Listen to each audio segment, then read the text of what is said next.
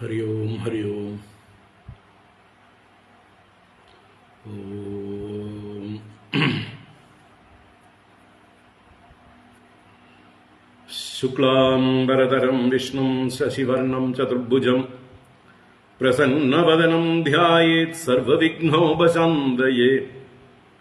ഗുരവേ സർവലോകാനാം ഭിഷജേ ഭവരോഗിണാം നിധയേ സർവവിദ്യാനാം ദക്ഷിണാമൂർത്തയേ നമഃ. ജന്മാദ്യസ്യ യതോന്വയാദിതരതശ്ചാർത്ഥേഷ്വഭിജ്ഞസ്വരാട് തേനേ ബ്രഹ്മഹൃദായ ആദികവയേ മുഹ്യന്തി യത്സൂരയഃ. തേജോ വാരിമൃതാം യദാ വിനിമയോ യത്ര ത്രിസർഗോ മൃഷാ ധാംനാ സ്വേന സദാ നിരസ്തകുഹകം സത്യം പരം ധീമഹി. ധർമ്മഃ പ്രോജ്ജിതകൈതവോത്ര പരമോ നിർമ്മത്സരാണാം സതാം. വേദ്യം വാസ്തവമത്ര വസ്തു ശിവദം താപത്രയോന്മൂലനം. ശ്രീമദ്ഭാഗവതേ മഹാമുനികൃതേ കിം വാ പരൈരീശ്വരഃ. സദ്യോ ഹൃദ്യവരുധ്യതേത്ര കൃതിഭിഃ ശുശ്രൂഷുഭിസ്തൽക്ഷണാത്. നിഗമകൽപതരോർഗളിതം ഫലം സുഖമുഖാദമൃതദ്രവ സംയുതം. പിബത ഭാഗവതം രസമാലയം മുഹുരഹോ രസികാ ഭുവി ഭാവുകാഃ. നാരായണം നമസ്കൃത്യ നരം ചൈവ നരോത്തമം ദേവീം സരസ്വതീം വ്യാസം തതോ ജയമുദീരയേത്.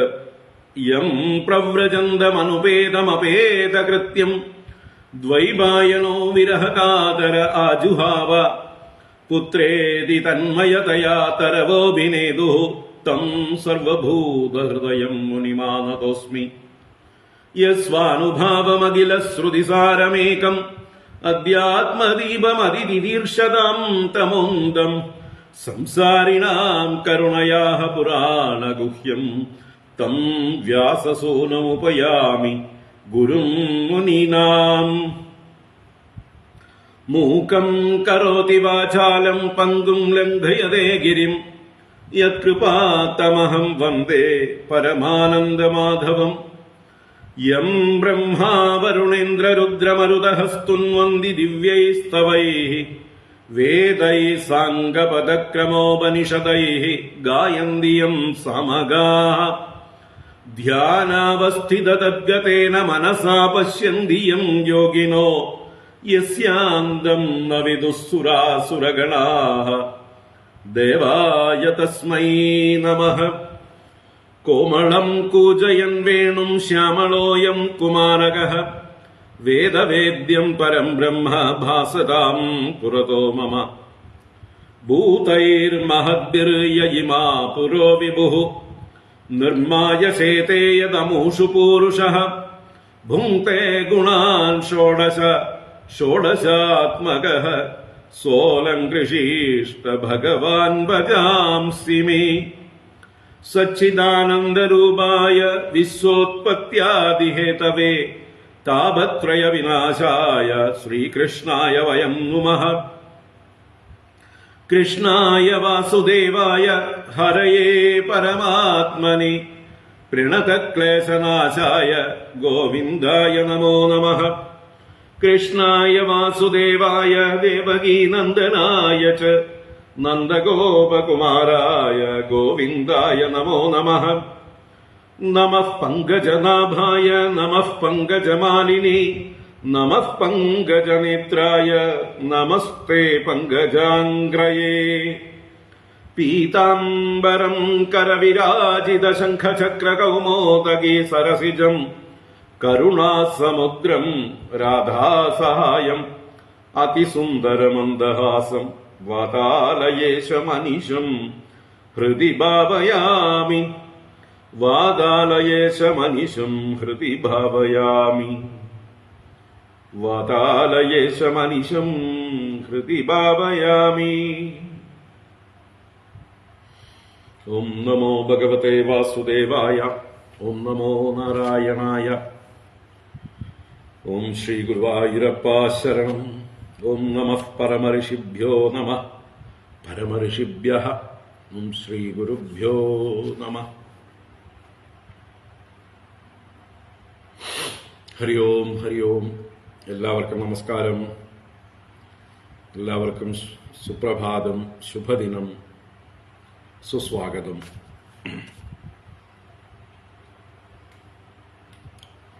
ശ്രീമദ് ഭാഗവത ജ്ഞാനഗംഗാ പ്രവാഹത്തിലേക്ക് ഏവർക്കും സുസ്വാഗതം.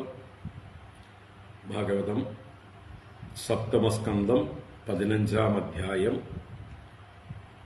സദാചാര നിർണയം. കഴിഞ്ഞ 2 ദിവസം ആദ്യത്തെ 11 ശ്ലോകങ്ങൾ കണ്ടു. ഇനി നമുക്ക് തുടർന്ന് കാണണം. നമുക്ക് ആദ്യം വായിക്കാം. ആദ്യത്തെ ഒരു 40 ശ്ലോകങ്ങൾ വായിക്കാം. ഓം നമോ ഭഗവതേ വാസുദേവായ. അത ശ്രീമദ്ഭാഗവതേ സപ്തമസ്കന്ധേ 15-ഓധ്യായഃ. നാരദ ഉവാച. കർമ്മനിഷ്ഠാ ദ്വിജാ കേചിത് തപോനിഷ്ഠാ നൃപാപരേ സ്വാധ്യായേന്യേ പ്രവചനേ യേ കേചിത് ജ്ഞാനയോഗയോഃ. ജ്ഞാനനിഷ്ഠായ ദേയാനി കവ്യാന്യാനന്ദ്യമിച്ഛത ദൈവേ ച തദഭാവേ സ്യാദിതരേഭ്യോ യഥാർഹതഃ. ദ്വൗ ദൈവേ പിതൃകാര്യേ ത്രീൻ ഏകൈകമുഭയത്ര വാ ഭോജയേത് സുസമൃദ്ധോപി ശ്രാദ്ധേ കുര്യാന്ന വിസ്തരം. ദേശകാലോചിത ശ്രദ്ധാദ്രവ്യപാത്രാർഹണാനി ച സമ്യക് ഭവന്തി നൈതാനി വിസ്തരാത് സ്വജനാർപ്പണാത്. ദേശേ കാലേ ച സംപ്രാപ്തേ മുന്യന്നം ഹരിദൈവതം ശ്രദ്ധയാ വിധിവത് പാത്രേ ന്യസ്തം കാമദുഃഖ അക്ഷയ്യം. ദേവർഷി പിതൃഭൂതേഭ്യഃ ആത്മനേ സ്വജനായ ച അന്നം സംവിഭജൻ പശ്യേത് സർവം തത്പുരുഷാത്മകം.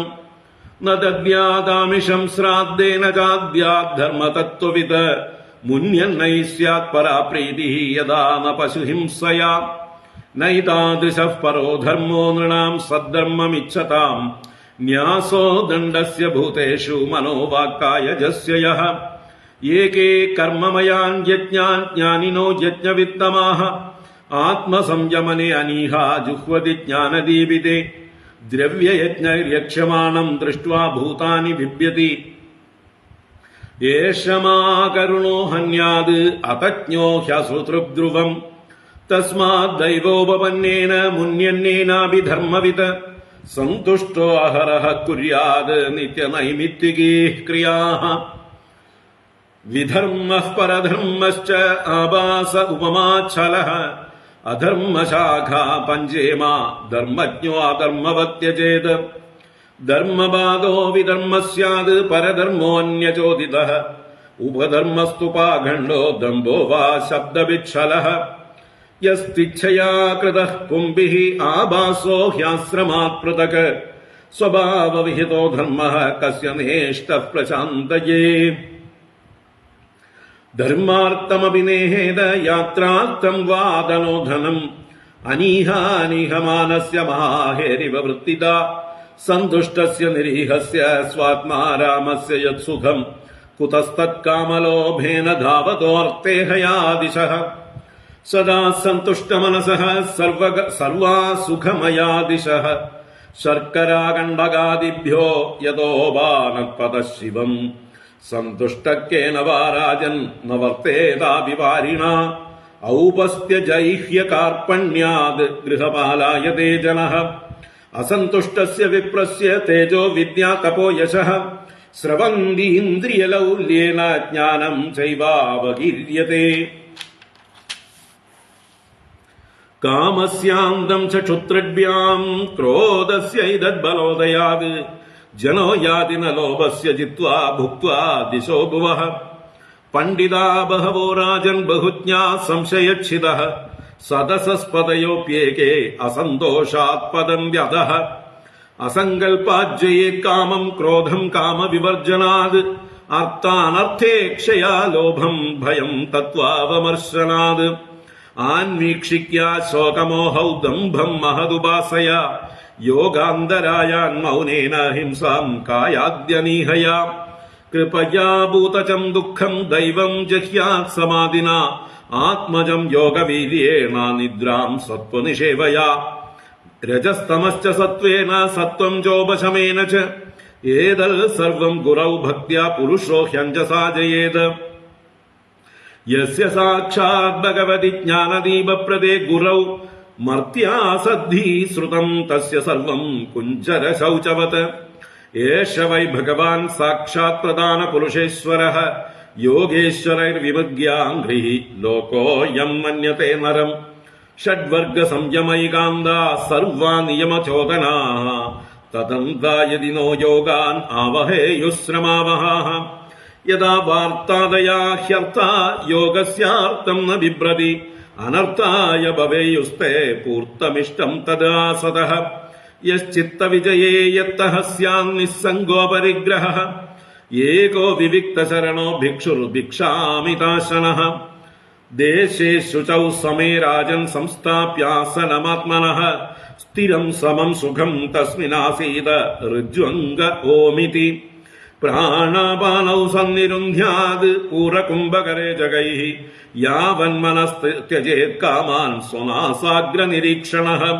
യതോ യതോ നിസ്സരതി മനഃ കാമഹതം ഭ്രമത് തതസ്തത ഉപാഹൃത്യ ഹൃദിരുന്ധ്യാത് ശനൈർബുധഃ ഏവമഭ്യാസതശ്ചിത്തം കാലേനാൽപീയസായതേഃ അനിശം തസ്യ നിർവാണം യാത്യനിന്ദനവന്യവത്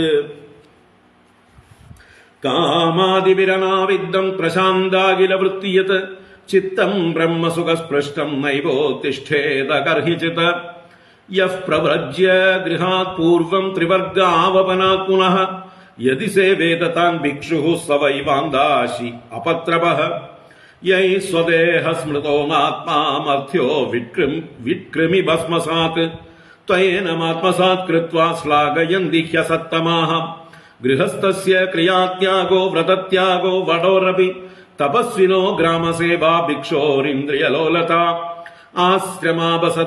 ആശ്രമാബസദാ ഹ്യേതേ ഖൽവാശ്രമവിഡംബകാഃ ദേവമായാ വിമൂഢാംസ്താൻ ഉപേക്ഷേതാനുകമ്പയാ ആത്മാനം ചേദ്വിജാനീയാത് പരം ജ്ഞാനദുദാശയഃ കിമിച്ഛൻ കസ്യ വാ ഹേതോഃ ദേഹം തുഷ്ടാനിലംബടഃ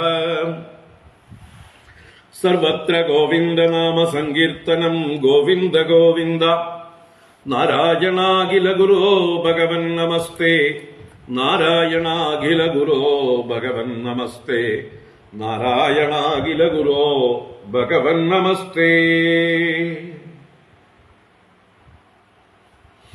നാരായണ. ഹരി ഓം. എല്ലാവർക്കും ഒരിക്കൽ കൂടെ നമസ്കാരം. എല്ലാവർക്കും സുപ്രഭാതം, സുസ്വാഗതം. നാരായണ. വെള്ളം എടുക്കാൻ മറന്നു, എടുത്തിട്ട് വരട്ടെ.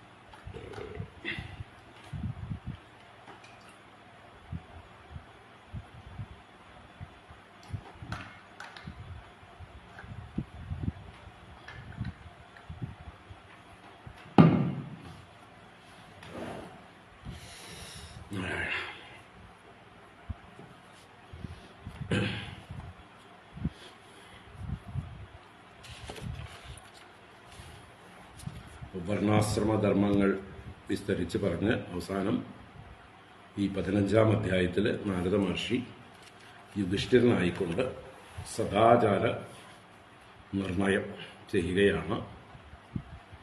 ശ്രാദ്ധാദി അവസരങ്ങളിൽ ദാനാദികൾ ചെയ്യുമ്പോൾ ഉത്തമ പാത്രത്തെ നിരൂപിക്കുന്ന കാര്യത്തിലും അതുപോലെ ആ ധർമ്മം അതിൻ്റെ നിയമപ്രകാരം തന്നെ പാലിക്കുന്നതാണ് ഉത്തമമായത്. എത്ര പേരെ അന്നാദികൾ കൊണ്ട് പൂജിക്കാൻ പറഞ്ഞിട്ടുണ്ടോ അത്രയും പേരെ മാത്രം പൂജിച്ചാൽ മതി. ധനികന്മാരാണെങ്കിൽ പോലും തന്റെ പ്രൗഢി കാണിക്കാനായിക്കൊണ്ട് കൂടുതൽ ആളുകളെ വിളിച്ചു വരുത്തി, തന്റെ ബന്ധുജനങ്ങളെയൊക്കെ വിളിച്ചു വരുത്തി ഇങ്ങനെയുള്ള ധാർമ്മികമായിട്ടുള്ള അവസരങ്ങളെ ധൂർത്തും അധർമ്മത്തിനും കാരണമായി തീരാൻ ഇടവെക്കരുത്. ഭാവിയിൽ എല്ലാ കാലത്തുമുള്ള എല്ലാ ജനങ്ങൾക്കും അനുഷ്ഠിക്കാൻ പറ്റുന്ന ആ മാതൃകകളായിരിക്കണം ധനികന്മാർ പോലും കാണിക്കേണ്ടത്. പിന്നീട് പ്രധാനമായും അഹിംസയാണ് ജീവിതത്തിൽ നമ്മൾ ഓരോരുത്തരും പരമമായ ധർമ്മമായി കരുതേണ്ടത്. അപ്പോൾ ആ അഹിംസ എന്നുള്ളത് ഈ പറയുന്ന ദൈവീകമായ അല്ലെങ്കിൽ പിതൃകർമ്മങ്ങൾ, ശ്രാദ്ധാദികൾ ഇതിലും ഒക്കെ പാലിക്കേണ്ടതാണ്.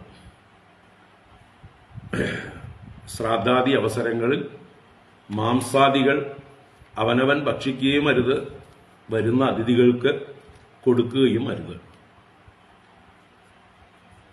അത് പിതൃക്കളുടെ അതൃപ്തിക്ക് കാരണമാകും എന്ന് വ്യക്തമായിട്ട് ഇവിടെ പറഞ്ഞിട്ടുണ്ട്. കാരണം പിതൃക്കൾക്ക് ശ്രേയസ്സാണ് നമ്മൾ കാക്ഷിക്കുന്നതെങ്കിൽ, അവർ ഊർധ്വലോകങ്ങൾ ഗമിക്കണമെന്ന് ആഗ്രഹിക്കുന്നുണ്ടെങ്കിൽ അവർക്ക് സാത്വികമായ രീതിയിലുള്ള തർപ്പണങ്ങളാണ് ചെയ്യേണ്ടത്, ആരാധനകളാണ് ചെയ്യേണ്ടത്. അല്ലാതെ അവരെ വീണ്ടും തമോ ഗുണത്തിലേക്കും മറ്റും താഴ്ത്തിക്കെട്ടുന്ന ആ രീതിയിലുള്ളതായിട്ടുള്ള ആചാരങ്ങൾ അരുത് എന്ന് തന്നെ വ്യക്തമായി പറഞ്ഞിരിക്കുന്നു. അതുപോലെ ദൈവീക കർമ്മങ്ങളിലും യജ്ഞങ്ങൾ എന്ന പേരിൽ ഹിംസ ചെയ്യുന്നതിനെ ഇവിടെ ഭാഗവതം ആവർത്തിച്ച് നിന്ദിച്ചിരിക്കുന്നു.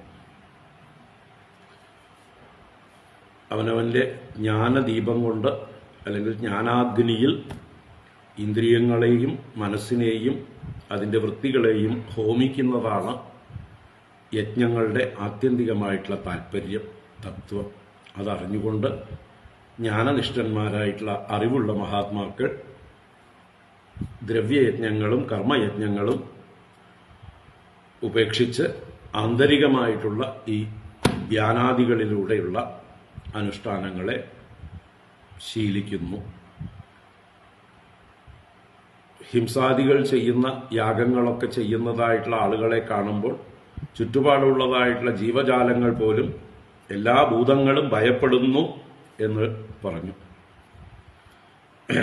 കാരണം ഈ കരുണയില്ലാത്തവൻ എന്നെയും ഹനിക്കുമല്ലോ എന്ന് ചുറ്റുപാടുള്ള സകല ഭൂതജാലങ്ങളും അവനെക്കുറിച്ച് ഭയപ്പെടുന്നു. അതുകൊണ്ട് ഒരു ധർമ്മം അറിയുന്ന ഒരാള് ദൈവോപമന്നേന മുന്യന്നേനാപി സന്തുഷ്ട,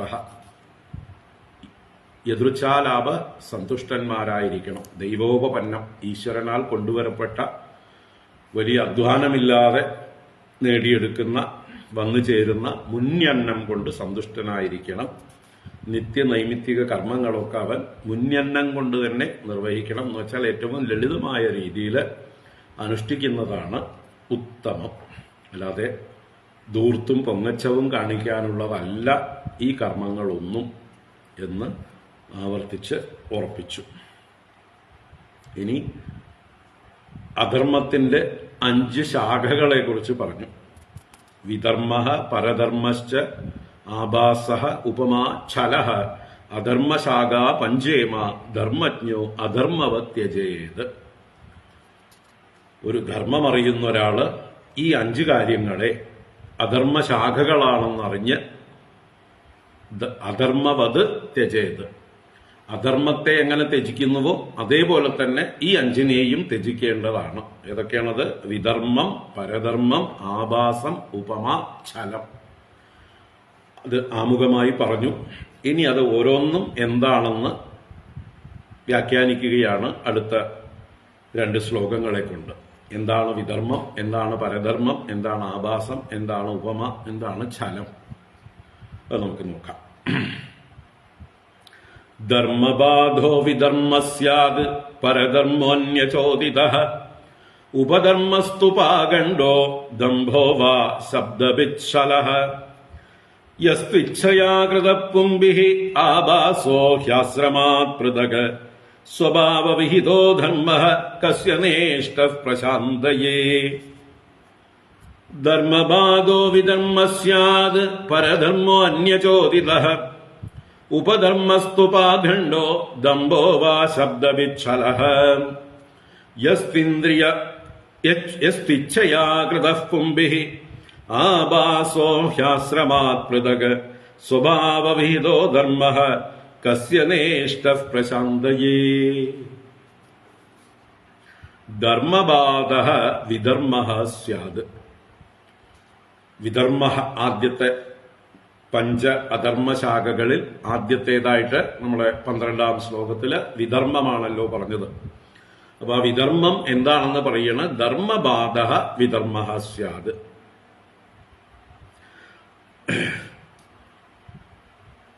ഓരോരുത്തരുടെയും സ്വധർമ്മം, വർണ്ണ ആശ്രമ നിയമങ്ങൾ അനുസരിച്ചിട്ടുള്ള സ്വധർമ്മം, അതിനെ ബാധിക്കുന്നത്, അതിന് വിപരീതമായിരിക്കുന്നത് എന്നൊക്കെ അർത്ഥം. ബാധ എന്ന് പറഞ്ഞാല് അപ്പൊ നമ്മുടെ സ്വധർമ്മത്തെ ഹനിക്കുന്നത്, സ്വധർമ്മത്തിന് വിരുദ്ധമായിരിക്കുന്നത്, വിപരീതമായിരിക്കുന്നത് വിധർമ്മം. അപ്പൊ ആ വി ശബ്ദത്തിന് വിരുദ്ധ അർത്ഥമാണ്. വിരുദ്ധ ധർമ്മ വിധർമ്മ, വിപരീത ധർമ്മ വിധർമ്മ. അപ്പൊ സ്വധർമ്മത്തിന് വിരുദ്ധമായത് വിധർമ്മം. അപ്പൊ നമ്മുടെ സ്വധർമ്മം അനുഷ്ഠിക്കാതെ അതിനെ നശിപ്പിക്കുന്ന, അതിന് വിരുദ്ധമായിട്ടുള്ളതായിട്ടുള്ള ധർമ്മത്തെ വിധർമ്മം എന്ന് പറയുന്നു. അപ്പോൾ അവനവന്റെ ധർമ്മം ചെയ്യാതിരിക്കുകയും ആ ധർമ്മത്തിന് വിരുദ്ധമായത് ചെയ്യുകയും ചെയ്യുക.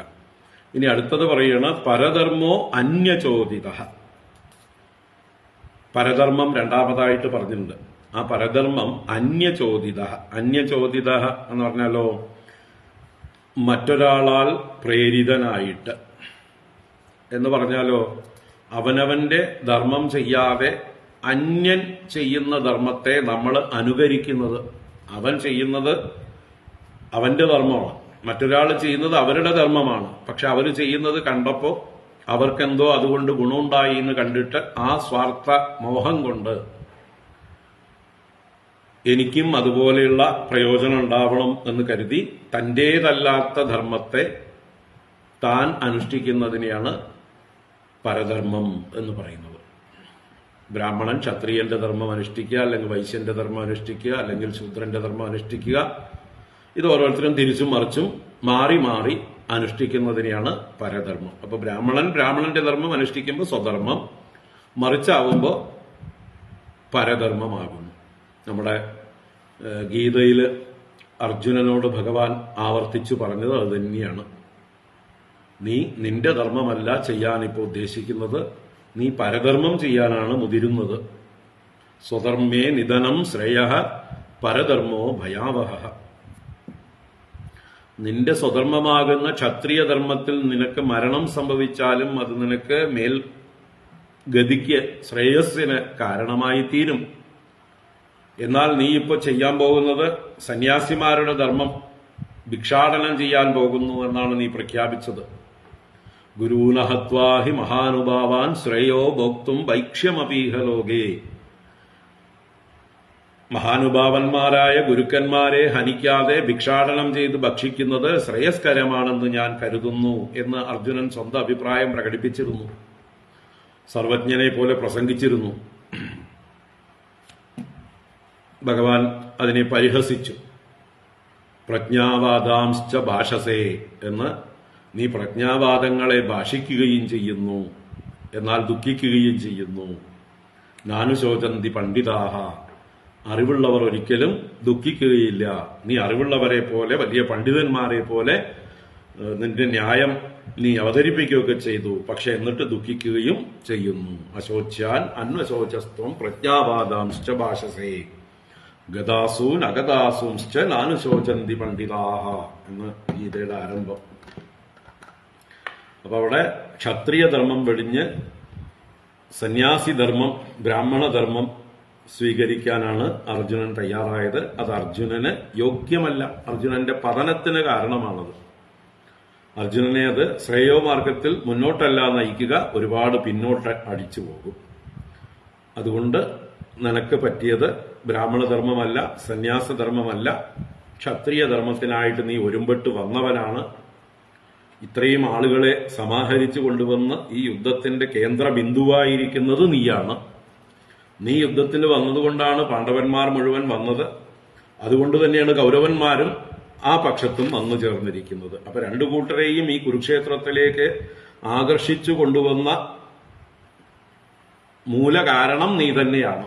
എന്നിട്ട് നീ എല്ലാവരെയും കൊണ്ടുവന്ന് യുദ്ധഭൂമിയുടെ നടുവിലേക്ക് തള്ളിവിട്ടിട്ട് നീ മാത്രം ഇവിടുന്ന് രക്ഷപ്പെട്ടു പോകാൻ നോക്കുന്നുവോ എന്ന് ഭഗവാൻ പരിഹസിച്ചുകൊണ്ട് പരധർമ്മോ ഭയാവഹ എന്ന് പറയുന്ന അത് ഓർക്കുക. അപ്പൊ അതുപോലെ നമ്മളും മറ്റുള്ളവർ ചെയ്യുന്നത് കണ്ട് അന്യരാൽ പ്രചോദിതരായി, അതാണ് അന്യചോദിത, നമുക്ക് യോഗ്യമല്ലാത്തത് എന്ന് വെച്ചാൽ നമ്മള് ഇപ്പൊ കുട്ടികളുടെ കാര്യത്തിലൊക്കെ നോക്കുകയാണെങ്കിൽ കുട്ടികൾക്ക് സയൻസ് പഠിക്കാൻ ഒട്ടും താല്പര്യമില്ല.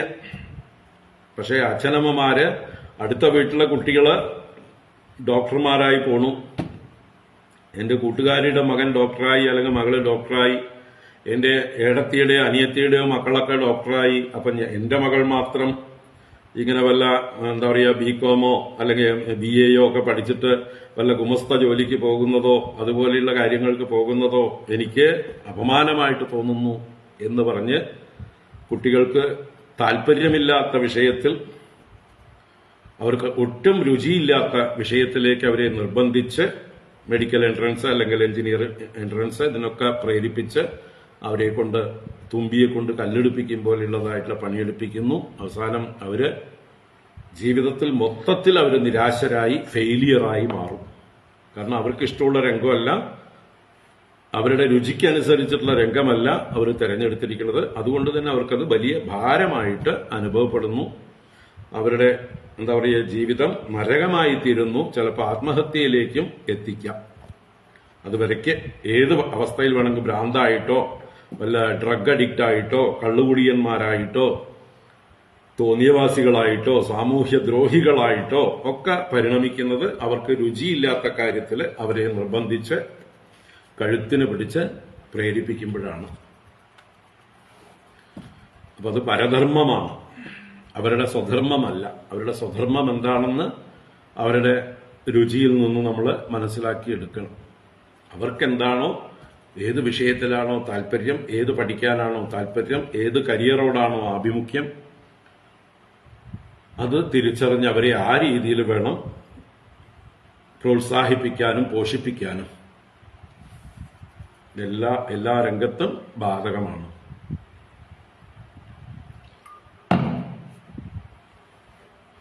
അപ്പൊ ഇവിടെ അന്യചോദിത പരധർമ്മ, അവനവന്റെ ഉള്ളിൽ നിന്നുള്ള ചോദനയല്ല,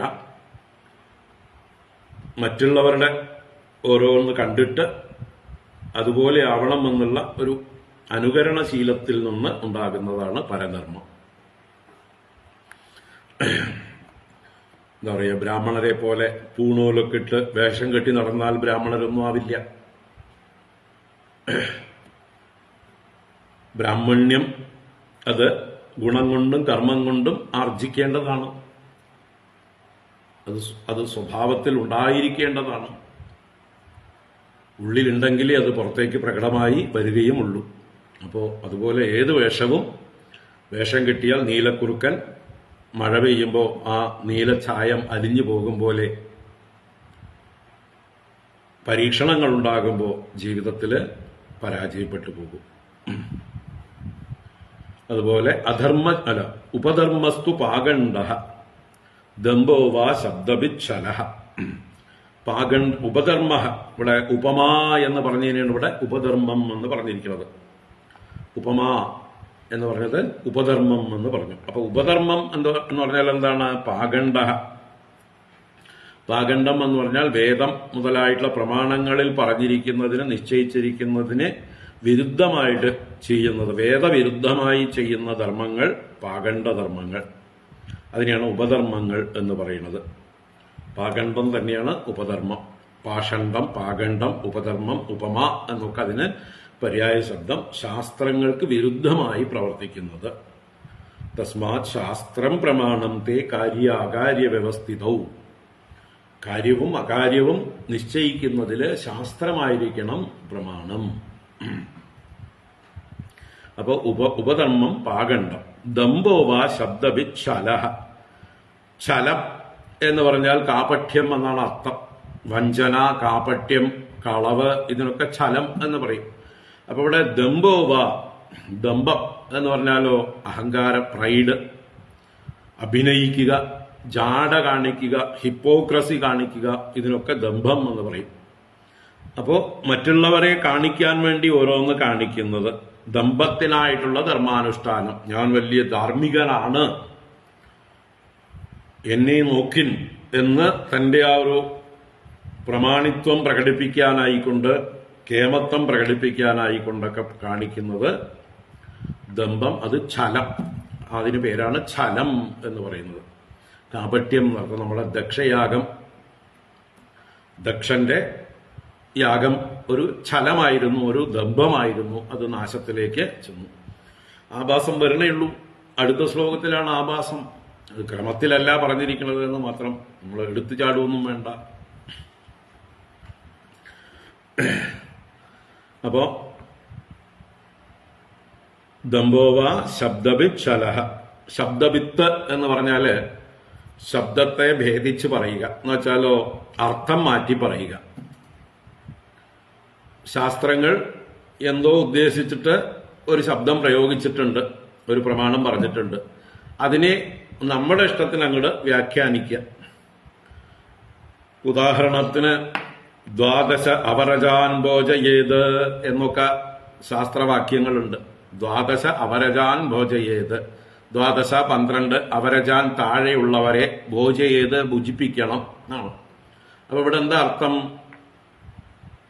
12 താഴെയുള്ളവരെ ഭുജിപ്പിക്കണം എന്ന് പറഞ്ഞാല് ശാസ്ത്രം ഉദ്ദേശിച്ചിരിക്കുന്നത് അവനവന്റെ വർണ്ണത്തിനും സ്ഥാനത്തിനും താഴെയുള്ള ആളുകളെ 12 പേരെ ഭുജിപ്പിക്കണം ഇന്ന അവസരത്തിൽ എന്ന് പറഞ്ഞിരിക്കുകയാണ്. പക്ഷെ അതിനെ എങ്ങനെ വ്യാഖ്യാനിക്കും? 12ൽ കുറഞ്ഞ ദ്വാദശ അവരജ എന്നുള്ളത് കൊണ്ട് 12ൽ നിന്ന് കുറവായിട്ട് 10ഓ 11ഓ വരെ, അപ്പോ 2ആവാം 3ആവാം 5ആവാം, അങ്ങനെ എണ്ണത്തില് താഴ്ത്തിയിട്ട് 12ൽ താഴെയുള്ള എണ്ണത്തിലുള്ള ആളുകളെ ഭുജിപ്പിക്കണം എന്ന് വ്യാഖ്യാനിച്ചാൽ അത് ശബ്ദഭേദമായി, അർത്ഥഭേദമായി. അതാണ് ഇവിടെ പറഞ്ഞത്. അതുപോലെ വേദത്തിൽ ഗാം ദദ്യാത് എന്ന് വെച്ചാൽ ഗാം എന്ന് പറഞ്ഞാൽ പശുവിനെ, ദദ്യാത് ദാനം ചെയ്യേണ്ടതാണ് എന്നാണ് അർത്ഥം. അപ്പൊ പശുവിനെ ദാനം ചെയ്യണമെന്ന് മാത്രമേ പറഞ്ഞിട്ടുള്ളൂ എന്നുള്ളതുകൊണ്ട് ചാവാലി പശുവിനെയും ദാനം ചെയ്യും. തന്റെ വ്യാഖ്യാനം അങ്ങനെയാണ്. പശുവിനെ കൊടുക്കണമെന്നല്ലേ പറഞ്ഞിട്ടുള്ളൂ. അത് ഇന്ന ഗുണങ്ങളൊക്കെ ഉള്ള പശുവിനെ കൊടുക്കണമെന്നൊന്നും പ്രത്യേകം പറഞ്ഞിട്ടില്ല. നല്ല കടിഞ്ഞൂൽപ്പറ്റ, നല്ല സ്വഭാവ ഗുണമുള്ള, കുട്ടിയോട് കൂടിയതായിട്ടുള്ള, നല്ല അകിട് വലുപ്പമുള്ളതായിട്ടുള്ള ലക്ഷണമൊത്ത പശുവിനെ കൊടുക്കണം എന്ന് ഇവിടെ പറഞ്ഞിട്ടില്ല. ശാസ്ത്രങ്ങളിൽ മറ്റു പലയിടത്തും പറഞ്ഞിട്ടുണ്ട്. പക്ഷെ ഇത് ഗാം ദദ്യാതത് മാത്രമേ പറഞ്ഞിട്ടുള്ളൂ. അതുകൊണ്ട് ഞാൻ എന്റെ ഇഷ്ടത്തിന് വ്യാഖ്യാനിക്കും എന്ന് പറഞ്ഞിട്ട് നമ്മുടെ നചികേതസിന്റെ അച്ഛൻ വാചസ്രവസ് എന്ന് പറഞ്ഞതായിട്ടുള്ള ആള് നമ്മുടെ കഠോപനിഷത്തിൽ ആദ്യത്തിൽ കാണില്ലേ, അദ്ദേഹം പശുക്കളെ ദാനം ചെയ്തത് മുഴുവൻ ചാവാലി പശുക്കളെയായിരുന്നു. അവസാനത്തെ പുല്ലും തിന്നു കഴിഞ്ഞതും, അവസാനത്തെ തുള്ളി വെള്ളവും കുടിച്ചു കഴിഞ്ഞതും, ഇനിയൊരിക്കലും പ്രസവിക്കാത്തതും, അവസാനത്തെ തുള്ളി പാലും ചുരന്ന് കറന്നു കഴിഞ്ഞതും എന്ന് പറഞ്ഞാൽ ഇനി ഒരു തുള്ളി പാൽ അതിൽ നിന്ന് കറക്കാൻ ഭാവിയിൽ ഒരു സാധ്യതയും ഇല്ല ഇനി ഒരു പുല്ല് തിന്നാനുള്ള ശക്തി അതിനില്ല, ഇനി ഒരു തുള്ളി വെള്ളം കുടിക്കാനുള്ള ശക്തി അതിനില്ല. അങ്ങനെയുള്ളതായിട്ടുള്ള പശുക്കളെയാണ് ഈ നചികേതസിന്റെ അച്ഛൻ ദാനം ചെയ്തത്. അത് കണ്ടിട്ട് നചികേതസിന് സഹിച്ചില്ല. അപ്പൊ നചികേതസ് അച്ഛനെ തോണ്ടി തോണ്ടി തോണ്ടി വീണ്ടും വീണ്ടും ചോദിച്ചു. കാരണം സർവസ്വം ദാനം ചെയ്യുന്ന ഒരു യാഗമാണ് അദ്ദേഹം ചെയ്യുന്നത്. അപ്പൊ എന്നെ ആർക്കാ കൊടുക്കണം, എന്നെ ആർക്കാ കൊടുക്കണമെന്ന് കൂടി ആ കുട്ടി ചോദിച്ചു. എന്നെയും കൂടി കൊടുക്കൂ, എന്നാലേ അച്ഛന്റെ ഈ പാപത്തിനൊക്കെ പരിഹാരമാവുള്ളൂ എന്നുള്ള അർത്ഥത്തില് എന്നെ ആർക്കാ കൊടുക്കണം, എന്നെ ആർക്കാ കൊടുക്കണം എന്ന് ചോദിച്ചപ്പോ ആ അച്ഛൻ മകനോട് പറഞ്ഞു, നിന്നെ ഞാൻ യമനാണ് കൊടുക്കാൻ പോണത് എന്ന് പറഞ്ഞു. അങ്ങനെയാണ് ആ കുട്ടി അച്ഛൻ പറഞ്ഞ വാക്ക് പാലിക്കാൻ യമലോകത്തേക്ക് പോകുന്നത്. പറഞ്ഞു വന്നത് ആ വാചസ്രവസ് എന്ന് പറയുന്നതായിട്ടുള്ള അദ്ദേഹം കഠോപനിഷത്തിലെ ആദ്യം പറയുന്ന നചികേതസിന്റെ അച്ഛൻ ഇങ്ങനെയുള്ള ചാവാലി പശുക്കളെ ദാനം ചെയ്യുന്ന കഥ പറയുന്നുണ്ട്. അപ്പൊ അങ്ങനെയല്ല കൊടുക്കേണ്ടത്.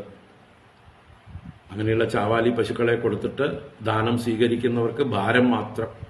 ഇതെപ്പോ ചാവുന്ന് കാത്തിരിക്കണം, ചത്തുകഴിഞ്ഞാൽ അതിനെ സംസ്കരിക്കാൻ അതിനേക്കാൾ വലിയ മെനക്കെടാണ്. അപ്പോ ഗാം ദദ്യാദ് എന്നുള്ള വേദ ഉപദേശത്തെ തന്റെ ഇഷ്ടത്തിന് തോന്നിയതുപോലെ വ്യാഖ്യാനിച്ച് ചാവാലി പശുക്കളെ ദാനം ചെയ്യുന്നത് ശബ്ദഭിത്ത്, ശബ്ദത്തെ ഭേദിക്കുക. ഭേദിക്കുക എന്ന് പറഞ്ഞാല് മറ്റു പല അർത്ഥങ്ങളും കൽപ്പിക്കുക. അങ്ങനെയുള്ളതിനെയും ദമ്പോ വാ ശബ്ദഭിത്ത്, ദമ്പമോ ശബ്ദഭിത്തോ ആയിട്ടുള്ള പ്രവൃത്തികൾ, കർമ്മങ്ങൾ ഛലഹ, അത് ഛലം എന്ന വിഭാഗത്തിൽ പെടുന്നു എന്ന് പറഞ്ഞു. അപ്പോൾ 5 അധർമ്മശാഖകളിൽ 4 എണ്ണത്തിനെയാണ് ഈ 13-ാം ശ്ലോകത്തിൽ പറഞ്ഞത്. വിധർമ്മം, പരധർമ്മം, ഉപമ, ഛലം. അപ്പൊ ഇനി ആഭാസമോ, അല്ലെ? അതാണ് അടുത്ത ശ്ലോകത്തിൽ പറയുന്നത്. യസ്ത്വിച്ഛയാ കൃതപുംഭിഃ ആഭാസോ ഹ്യാശ്രമാത് പൃഥക് സ്വഭാവവിഹിതോ ധർമ്മഃ കസ്യ നേഷ്ടഃ പ്രശാന്തയേ. ആശ്രമാത് പൃഥക് പുംഭിഃ ഇച്ഛയാ കൃതഃ ധർമ്മഃ ആഭാസഃ. എന്താണ് ആഭാസം? ആശ്രമാത് പൃഥക്, തന്റെ സ്വന്തം ആശ്രമത്തിൽ നിന്ന് വേറിട്ട്, ബ്രഹ്മചാരി, ഗൃഹസ്ഥൻ, വാനപ്രസ്ഥൻ, സന്യാസി എന്നുള്ളതായിട്ടുള്ള തന്റെ സ്ഥാനത്തിൽ നിന്ന് വ്യത്യസ്തമായിട്ട്, പുംഭിഹി മനുഷ്യരാൽ, പുരുഷന്മാരാൽ, ഇച്ഛയാ കൃത, ഇച്ഛയാ എന്ന് പറഞ്ഞാൽ സ്വേച്ഛയ, തോന്നിയവാസം, ആശ്രമത്തിനനുസരിച്ച് പ്രവർത്തിക്കാതെ ആശ്രമവിരുദ്ധമായി അല്ലെങ്കിൽ തന്റെ സ്വന്തം ഇഷ്ടത്തിനനുസരിച്ച് നിശ്ചയിക്കുന്നത് ആ ധർമ്മം ആഭാസം. അതിനെയാണ് ആഭാസം എന്ന് പറയുന്നത്. അപ്പൊ ആളെ കാണുമ്പോൾ ആള് വലിയ ധാർമ്മികനാണെന്ന് തോന്നും. പക്ഷെ യഥാർത്ഥത്തിൽ അയാൾ ചെയ്യേണ്ട ധർമ്മമല്ല അയാൾ ചെയ്യുന്നത്. ഒരു ഗൃഹസ്ഥൻ ഒരു സന്യാസിയെ പോലെ ഇരിക്കുന്നത് ആഭാസമാണ്. സന്യാസി ഗൃഹസ്ഥനെ പോലെ ഇരിക്കുന്നതും ആഭാസമാണ്. അവ രണ്ടും, നല്ല ഉത്തമ ഗൃഹസ്ഥനാണെന്ന് ഒരു സന്യാസിയെ നോക്കി ആളുകൾക്ക് തെറ്റിദ്ധാരണയുണ്ടാവും. ഗൃഹസ്ഥൻ സന്യാസിയെ പോലെ കാവിയൊക്കെ കൊടുത്ത്, എന്താ പറയുക, രുദ്രാക്ഷമാലയൊക്കെ കുറെ മേലിട്ട് കുറെ ഭസ്മക്കുറിയൊക്കെ വാരി പൂശി, എന്താ പറയുക, നിവൃത്തി നിരതനായി തന്റെ ധർമ്മങ്ങൾ വെടിഞ്ഞ്, തന്റെ നിത്യനൈമിത്തിക കർമ്മങ്ങളെല്ലാം വെടിഞ്ഞ്, ബാക്കിയുള്ള ഉത്തരവാദിത്വങ്ങളെല്ലാം വെടിഞ്ഞ് അങ്ങനെ ചെയ്യാതിരിക്കുക. അങ്ങനെ ചെയ്യുന്നത്, വിപരീതമായി ചെയ്യുന്നത് ആഭാസം എന്നിവിടെ പറഞ്ഞിരിക്കുകയാണ്. അപ്പൊ അവനവന്റെ ആശ്രമധർമ്മത്തിൽ നിന്ന് വ്യത്യസ്തമായ ധർമ്മങ്ങളെ സ്വന്തം ഇച്ഛയ്ക്കനുസരിച്ച് ചെയ്യുന്നത് ഇച്ഛയാകൃത ധർമ്മ ആഭാസ. എന്തോ പ്രകാശിക്കുന്നുണ്ട് അയാളുടെ. ആഭാസം എന്ന് പറഞ്ഞ ഒരു റിഫ്ലക്ഷനാണ്, ഒരു പ്രകാശമാണ്. പക്ഷെ അയാളുടെ സ്വന്തം ധർമ്മമല്ല അയാളിൽ പ്രകാശിക്കുന്നത്, വേറെ മറ്റൊരാളുടെ ധർമ്മം അയാളിൽ റിഫ്ലക്ട് ചെയ്യുന്നു. ഗൃഹസ്ഥനിൽ സന്യാസി റിഫ്ലക്ട് ചെയ്യുന്നു, സന്യാസിയിൽ ഗൃഹസ്ഥൻ റിഫ്ലക്ട് ചെയ്യുന്നു എന്നൊക്കെ അർത്ഥം. ആഭാസം. അപ്പൊ ശുദ്ധമായിരിക്കണം. അവനവന്റെ ധർമ്മം അവനവൻ പൂർണ്ണമായി ആചരിക്കുന്നതാണ് ഉത്തമം എന്ന് പറയുകയാണ്.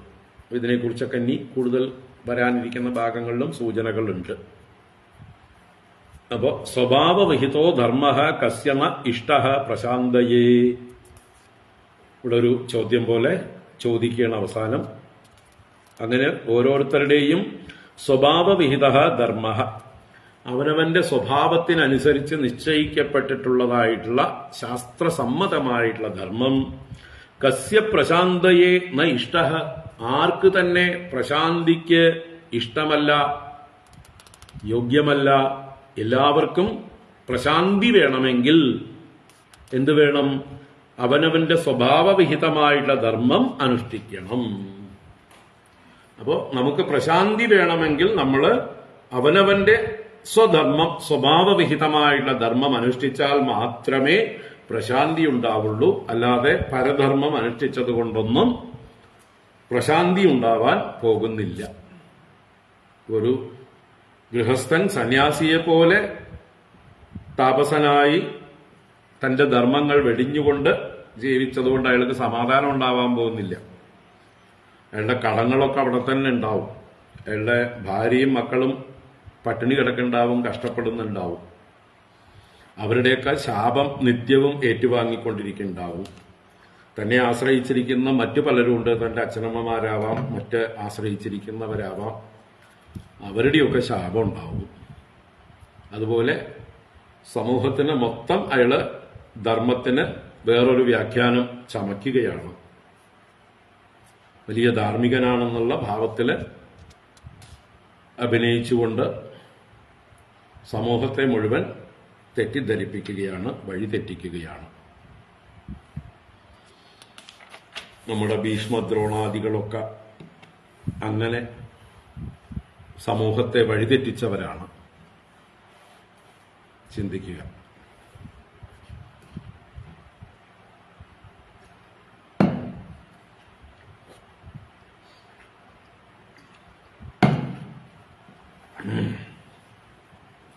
ഭീഷ്മർ ബ്രഹ്മചര്യവ്രതം, നൈഷ്ഠിക ബ്രഹ്മചര്യവ്രതം സ്വീകരിച്ച ശേഷം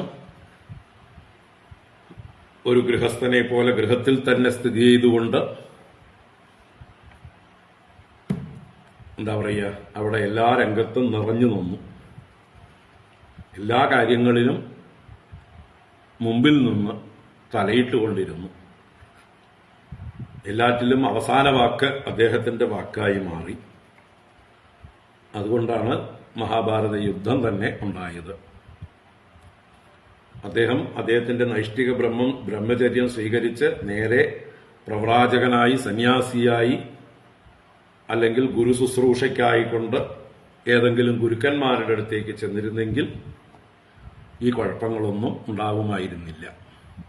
ഒന്നുകിൽ പരശുരാമനെ സേവിക്കാൻ, അല്ലെങ്കിൽ വസിഷ്ഠനെ സേവിക്കാൻ, അല്ലെങ്കിൽ ബൃഹസ്പതിയെ സേവിക്കാൻ, അല്ലെങ്കിൽ ശുക്രാചാര്യരെ സേവിക്കാൻ 4 ഗുരുക്കന്മാരാണ് അദ്ദേഹത്തിന് ഉണ്ടായിരുന്നത്. ഈ 4 ഗുരുക്കന്മാരിൽ ആരെയെങ്കിലും സേവിച്ചുകൊണ്ട്, അവരെ അനുസരിച്ചുകൊണ്ട് അവരുടെ ഗുരുകുലത്തിൽ കഴിയുകയോ അതല്ലെങ്കിൽ സ്വയം സന്യാസിയായി പരിവ്രാജകനായി സഞ്ചരിക്കുകയോ ചെയ്യേണ്ടതായിരുന്നു നൈഷ്ഠിക ബ്രഹ്മചാരിയുടെ ധർമ്മം. അത് വെടിഞ്ഞുകൊണ്ട് കൊട്ടാരത്തിൽ തന്നെ കഴിഞ്ഞ് ഭരണകാര്യങ്ങളെല്ലാം ആദ്യം താൻ തന്നെ നേരിട്ട് നിർവഹിച്ചുകൊണ്ടേയിരുന്നു.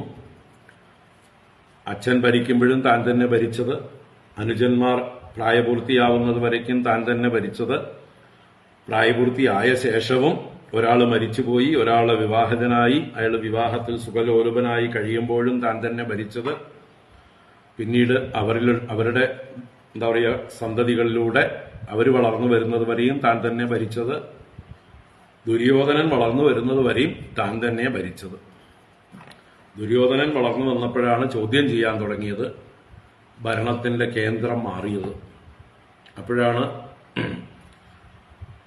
അദ്ദേഹം ഇവിടെയില്ല അവിടെയില്ലാതെ ആയത്. ഒരിടത്തും നിലനിൽപ്പില്ലാതെയായ ഒരവസ്ഥയായിരുന്നു അവസാന കാലം ഭീഷ്മരുടെ. അപ്പോൾ ഇതൊക്കെ തന്നെയാണ് മഹാഭാരതത്തിലെ ഏറ്റവും വലിയ എന്താ പറയുക ധർമ്മ ലംഘനം. അത് നിമിത്തമാണ് മഹാഭാരത യുദ്ധം സംഭവിച്ചത്.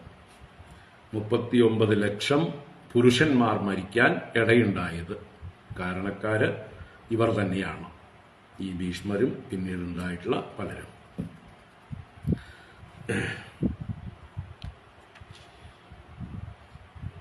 ധർമാഭാസം. അപ്പൊ സ്വഭാവവിഹിത ധർമ്മ കസ്യെന്ന ഇഷ്ട പ്രശാന്തയെ. അവനവന്റെ സ്വഭാവവിഹിതമായിട്ടുള്ള ധർമ്മമാണ് അവനവന്റെ മനസ്സിന് ശുദ്ധിക്കും ശാന്തിക്കും വികാസത്തിനും പിന്നീട് ശ്രേയസ്സിനും കാരണമായി ഭവിക്കുന്നത്. അപ്പൊ നമ്മൾ ചെയ്യേണ്ടതുള്ളൂ, അന്യന്റെ ധർമ്മം ചെയ്യേണ്ടതില്ല എന്നാണ് ഇനി പറയാൻ ഇരിക്കുന്നത്. ധർമാർത്ഥമഭിനേഹേത യാത്രാർത്ഥം വാദനോദനം അനീഹാനീഹമാനസ്യ മഹാഹേരിവ വൃത്തിദാ. ധർമാർത്ഥമഭിനേഹേത യാത്രാർത്ഥം വാദനോദനം അനീഹാനീഹമാനസ്യ മഹാഹേരിവ വൃത്തിദാ.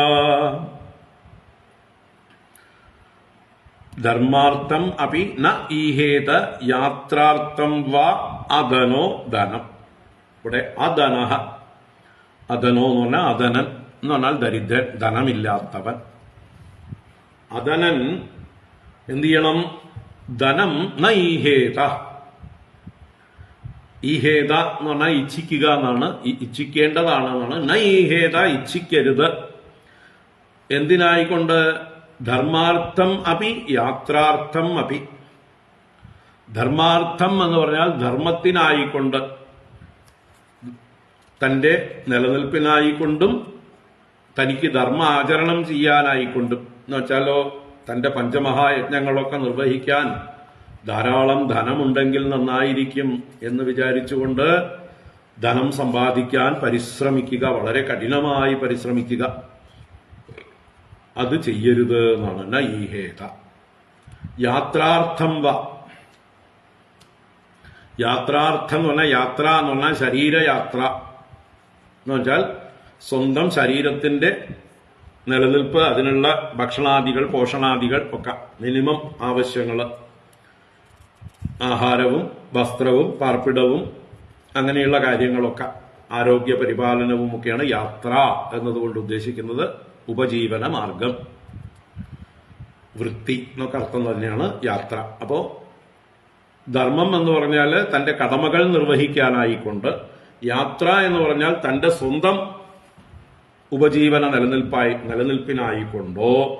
അധനനായിട്ടുള്ള ഒരാള് ധനം നൈഹേത, വലിയ ധനത്തെ കൊതിക്കരുത്. ധനം സമ്പാദിക്കാനായിക്കൊണ്ട് കച്ച കെട്ടി ഇറങ്ങരുത്. അപ്പൊ എന്താവും വെച്ചാല് വഴിതെറ്റിപ്പോകും, ധനത്തിന് മുഖ്യത്വം വന്നു ചേരും. അങ്ങനെ ധനത്തിന് വേണ്ടിയിട്ടല്ല തന്റെ ജീവിതം നയിക്കേണ്ടത്. ധർമ്മം ആചരിക്കണം, തന്റെ നിലനിൽപ്പ് വേണം, അതിനെക്കുറിച്ച് ഭയപ്പെടേണ്ടതില്ല. എന്തുകൊണ്ട്? അനീഹാനീഹമാനസ്യ മഹാഹേരിവ വൃത്തിദ.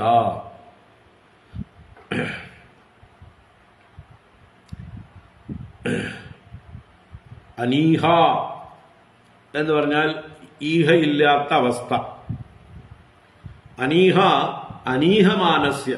അനീഹമാനൻ എന്ന് പറഞ്ഞാല് ഈഹ ചെയ്യാത്തവൻ, പ്രവർത്തിക്കാത്തവൻ. അപ്പോ ക്രിയാനിവൃത്തി അതിനായി പ്രവർത്തിക്കാത്തവന്റെ കാര്യത്തിലും വന്നു ചേരും. ഏതുപോലെ? മഹാഹേ ഇവ വൃത്തിദ. മഹാഹി, മഹാ അഹി, പെരുമ്പാമ്പ്. അഹി എന്നാൽ പാമ്പാണ്. മഹാഹി, പെരുമ്പാമ്പ്. പെരുമ്പാമ്പിനെ പോലെ വൃത്തിദ, വൃത്തിയെ ദാനം ചെയ്യും. അജകര വൃത്തി നമ്മൾ ഋഷഭ ചരിത്രത്തിലും മറ്റുമൊക്കെ കണ്ടുല്ലോ. പെരുമ്പാമ്പിനെ പോലെ. പെരുമ്പാമ്പ് എന്താ ചെയ്യണത്? ഒന്നും ചെയ്യുന്നില്ല. കാരണം പെരുമ്പാമ്പിന് നല്ല വിശ്വാസമുണ്ട്, വാ കീറിയ ദൈവം ഇര തരും എന്ന്. അതുകൊണ്ട് അത് അധ്വാനിച്ച് ഭക്ഷണത്തിന് ഓടി നടക്കുന്നില്ല.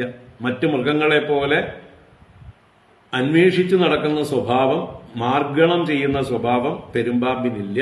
അത് എവിടെ കിടക്കുന്നോ അവിടെ കിടക്കുന്നു. അതിന്റെ ഭക്ഷണം അതിന്റെ വായിലേക്ക് വന്നു ചേരുന്നു. അത് തന്റെ വായിലേക്ക് വന്നു ചേരുമ്പോൾ അത് അനുഭവിക്കുന്നു. വന്നില്ലെങ്കിൽ അതിന് ആകാംക്ഷയുമില്ല. അതിന്റെ എനർജി അത് പാഴാക്കി കളയുന്നില്ല. കിട്ടിയ ഭക്ഷണത്തെ അതിന്റെ എനർജിയായിട്ട് അത് സംഭരിച്ചു വെക്കുന്നു. ഒരു തുള്ളി എനർജി ആങ്സൈറ്റി കൊണ്ടോ തന്റെ പ്രവൃത്തി കൊണ്ടോ പാഴാക്കി കളയുന്നില്ല. എനർജി കൺസർവേഷൻ അത് പെരുമ്പാമ്പിൽ നിന്ന് നമ്മൾ പഠിക്കണം. അല്പം പോലും ആദിയോ വ്യാധിയോ അതിനില്ല. അതിന്റെ ശരീരം എന്നും തടിച്ചു കൊഴുത്തിരിക്കും. കാരണം മുമ്പ് കഴിച്ച ഭക്ഷണത്തിന്റെ കൊഴുപ്പ് അവിടെ സംഭരിച്ചു വെച്ചിട്ടുണ്ട്. അതൊരു തുള്ളി ഫ്യൂവലായിട്ട് കത്തിച്ചു കളയുന്നില്ല. കലോറി കത്തിക്കുന്ന ഒരു പരിപാടിയും പെരുമ്പാമ്പ് ചെയ്യുന്നില്ല. നമ്മളിൽ പലരും അങ്ങനെ തന്നെയാണല്ലോ അല്ലേ? കഴിക്കൽ മാത്രമേ ഉള്ളൂ. ഈ കലോറി കത്തിക്കുന്ന പരിപാടിയൊന്നും നമ്മളാരും പലരും ചെയ്യാറില്ല. ഒരേ ഇരിപ്പ്. അങ്ങനെ പെരുമ്പാമ്പിനെ പോലെ ഫാറ്റ് കൊണ്ട് ഉരുണ്ടുരുണ്ട് വണ്ണം കൂടി വരുന്നു അല്ലേ? നമ്മളൊക്കെ അങ്ങനെ ആയി തീരുന്നുണ്ട്.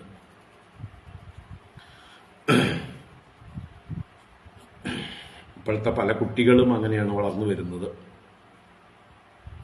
ചെറുപ്രായത്തിൽ തന്നെ വല്ലാത്ത തടിയും വല്ലാത്തൊരു ഒബേസിറ്റി ആയിട്ട്. കാരണം എന്താ? ഒരു കളിയുമില്ല, ഫ്ലാറ്റിൽ നിന്ന് പുറത്തു പോകുന്നില്ല. ഇഷ്ടംപോലെ നിറയെ സ്നാക്സ് വാങ്ങിച്ചു വെച്ചിട്ടുണ്ട്.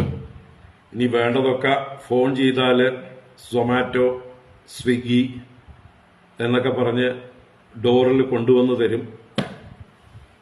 ചിക്കനും മട്ടനും ബർഗറും പിസയും എന്ന് പറഞ്ഞിട്ട് ഫോൺ ചെയ്ത് പറഞ്ഞാൽ ഫ്ലാറ്റിലേക്ക് എത്തിച്ചു കൊടുക്കും. ടിവിയുടെ മുമ്പിലോ കമ്പ്യൂട്ടറിന്റെ മുമ്പിലോ ഇരുന്നു കൊണ്ട് ഇത് തിന്നുക, അതും നോക്കിക്കൊണ്ടിരിക്കുക. പെരുമ്പാമ്പുകളെ പോലെ ഒരു തുള്ളി എനർജി പാഴാക്കാതെ. നല്ല ജ്ഞാനികളാണ് അവരും അല്ലേ?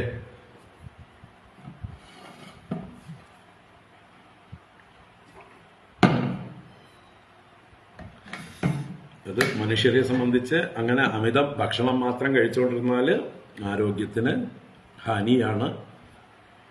രോഗങ്ങളുടെ കൂടായിട്ട് മാറും. പെരുമ്പാമ്പിന് അങ്ങനെ വരില്ല. പെരുമ്പാമ്പിന് പ്രകൃതിയുടെ ആ ഒരു അനുഗ്രഹമുണ്ട്. പറഞ്ഞു വന്നത്, ഒരു ഗൃഹസ്ഥനും ധനത്തിന് വേണ്ടി വല്ലാതെ കൊതിക്കാനൊന്നും പാടില്ല. അതിനുവേണ്ടി കച്ചകെട്ടി ഇറങ്ങാൻ പാടില്ല. തനിക്ക് വൈദികങ്ങളായ കർമ്മങ്ങൾ ചെയ്തിട്ട് ദക്ഷിണയൊന്നും കിട്ടുന്നില്ല, തന്റെ കുടുംബം നടത്തിക്കൊണ്ടുപോകാൻ വലിയ പ്രയാസമാകുന്നു, അതുകൊണ്ട് ഞാൻ ഈ വൈദിക വൃത്തി വെടിഞ്ഞ് കച്ചവടത്തിലേക്ക് ഇറങ്ങുന്നു, ഞാനൊരു ഹോട്ടൽ ആരംഭിക്കാൻ പോവാണ്, ബ്രാഹ്മണാൾ ഹോട്ടൽ. അത് ശ്രേയോമാർഗത്തിൽ അവന് പതനമാണ്. ബ്രാഹ്മണനായി വേദം പഠിക്കാനും മറ്റു സാഹചര്യങ്ങളൊക്കെ കിട്ടിയിട്ട് അതിലൂടെ വളരാൻ ശ്രമിക്കാതെ അത് തനിക്ക് ഉപജീവന മാർഗത്തിന് പര്യാപ്തമല്ല, തന്റെ മക്കളുടെ സുഖലോലുപതയ്ക്ക് വേണ്ടതൊന്നും കൊടുക്കാൻ പറ്റുന്നില്ല, മക്കളുടെ ആവശ്യങ്ങൾ നീണ്ടു പോകുന്നു, അതുകൊണ്ട് ഈ കിട്ടുന്നതൊന്നും പോരാ എന്ന് കരുതിയിട്ട് പുതിയ പുതിയ വഴികൾ ധനം സമ്പാദിക്കാനായിക്കൊണ്ട് ഈ പറയുന്ന ആളുകള് പരിശ്രമിക്കുന്നത് ഇവിടെ ധർമ്മവിരുദ്ധമായിട്ടാണ് പറഞ്ഞിരിക്കുന്നത്. അപ്പൊ അനീഹമാനസ്യ അപ്പി അനീഹ വൃത്തിത, അവന് അനീഹയും വൃത്തിതയായിരിക്കും. അവനൊന്നും ചെയ്തില്ലെങ്കിലും അവന്റെ പ്രാരബ്ധം, ഈശ്വരൻ, ദൈവം അവന് വേണ്ടത് എത്തിച്ചു കൊടുത്തോളും. അതുകൊണ്ട് അതിനെക്കുറിച്ച് അവന് ആൻസൈറ്റി ഉണ്ടാവേണ്ട കാര്യമില്ല. എനിക്ക് ധർമ്മം ചെയ്യാനുള്ള ധനമില്ല, അതുകൊണ്ട് ഞാൻ ധനമുണ്ടാക്കാനുള്ള വഴി നോക്കട്ടെ എന്ന് പറഞ്ഞു പോയാൽ അവൻ അധർമ്മം പ്രവർത്തിക്കും. അധർമ്മത്തിലൂടെ ധനം ഉണ്ടാക്കിയിട്ട് പിന്നെ ധർമ്മം ആചരിക്കുന്നതിനേക്കാൾ നല്ലത് അധർമ്മം ചെയ്യാതിരുന്ന് ധർമ്മം ചെയ്യാൻ തനിക്ക് ആവും പോലെ ചെയ്താൽ മതി. അല്ലാതെ കൊള്ളയടിച്ച് വന്നിട്ട് ദാനം ചെയ്യാൻ നിൽക്കേണ്ട ആവശ്യമില്ല. മറ്റുള്ളവരുടെ ശാപങ്ങളൊക്കെ വാങ്ങിച്ചു കെട്ടി ആളുകളെ ഉപദ്രവിച്ച് കുറെ കാശുണ്ടാക്കിയിട്ട് പിന്നെ ദാനധർമാദികൾ ചെയ്ത് പേരെടുക്കാനും അല്ലെങ്കിൽ പുണ്യം സമ്പാദിക്കാനും ശ്രമിക്കുന്നത് വിഡ്ഢിത്തരമാണ്. അതുകൊണ്ട് ഒരു ബ്രാഹ്മണൻ അല്ലെങ്കിൽ ഇതുപോലെയുള്ളതായിട്ടുള്ള അവനവന്റെ വൃത്തിയിൽ സ്വഭാവധർമ്മത്തിൽ ഉറച്ചു നിൽക്കുന്നവർ പരിഭ്രമമില്ലാതെ ആൻസൈറ്റി ഇല്ലാതെ അവനവന്റെ ധർമ്മത്തിൽ തന്നെ ഉറച്ചു നിൽക്കുക. കുചേലനെ പോലെ. അതിന് ദൃഷ്ടാന്തം കുചേലനാണ്. ദ്രോണനും കുചേലനും ബ്രാഹ്മണരായിരുന്നു. പക്ഷെ വ്യത്യാസമുണ്ട്. കുചേലൻ തന്റെ ആ ബ്രാഹ്മണ സ്വഭാവം വെടിഞ്ഞതേയില്ല, ധനത്തിന് ആർത്തി ഉണ്ടായതേയില്ല. എതിർച്ചാലാഭ സന്തുഷ്ടനായി ഉള്ളതുകൊണ്ട് അദ്ദേഹം തൃപ്തനായി ജീവിച്ചു. എന്നാൽ മറ്റൊരു ബ്രാഹ്മണനായിട്ടുള്ള ദ്രോണൻ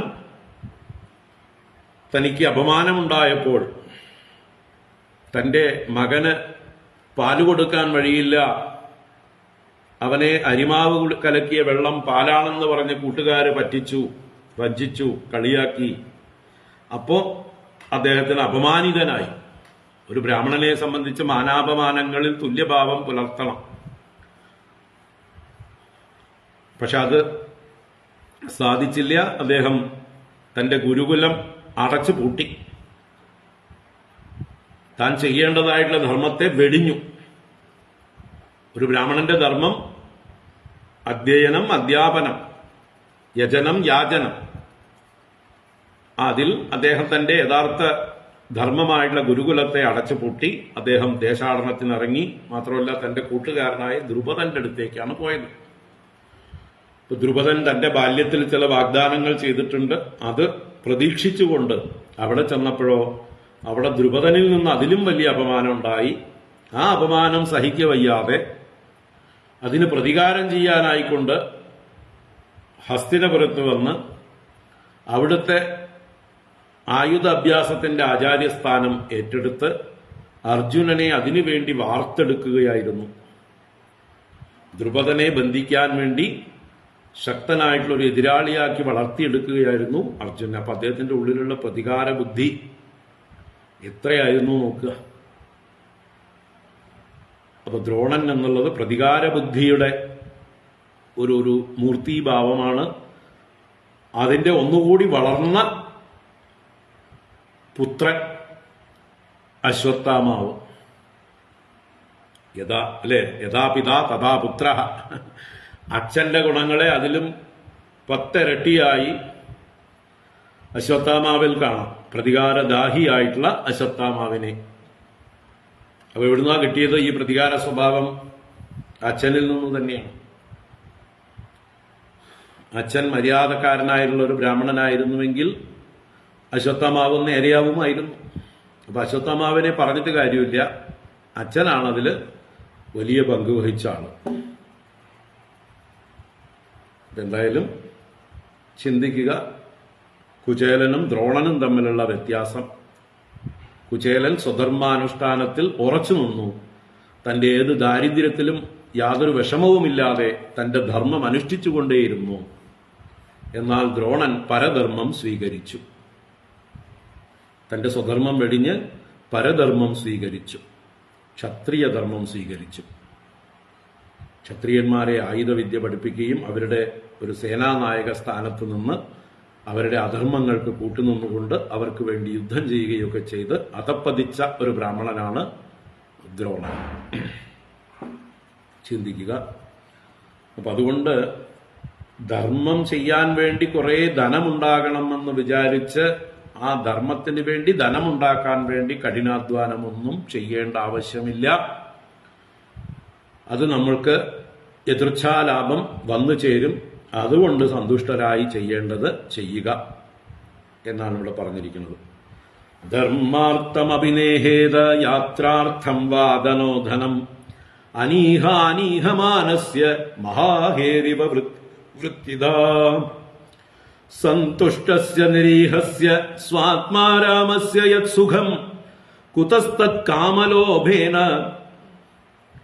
ധാവതോ അർത്ഥേഹയാ ദിശഃ സന്തുഷ്ടസ്യ നിരീഹസ്യ സ്വാത്മാരാമസ്യ യത് സുഖം കുതസ്തത് കാമലോഭേന ധാവതോ അർത്ഥേഹയാ ദിശഃ. സന്തുഷ്ടസ്യ നിരീഹസ്യ സ്വാത്മാരാമസ്യ യത് സുഖം കാമലോഭേന അർത്ഥേഹയാ ദിശഃ ധാവതഃ തത്സുഖം കുതഃ. സന്തുഷ്ടസ്യ നിരീഹസ്യ സ്വാത്മാരാമസ്യ യത് സുഖം. സന്തുഷ്ടൻ എന്ന് പറഞ്ഞാൽ എതിർച്ചാലാഭ സന്തുഷ്ടൻ. ഈശ്വരൻ തനിക്ക് എന്താണോ തന്റെ പ്രാരബ്ധത്തിനനുസരിച്ച് തനിക്ക് എത്തിക്കുന്നത്, വന്നു ചേരുന്നത്, അതിൽ എപ്പോഴും കംപ്ലൈന്റ് ഇല്ലാതെ സന്തുഷ്ടനായിരിക്കുന്നവൻ സന്തുഷ്ടൻ. നിരീഹൻ എന്ന് പറഞ്ഞാൽ ഈഹ എന്ന് പറഞ്ഞാൽ പ്രവൃത്തി എന്നും ആഗ്രഹം എന്നും ഒക്കെ അർത്ഥം.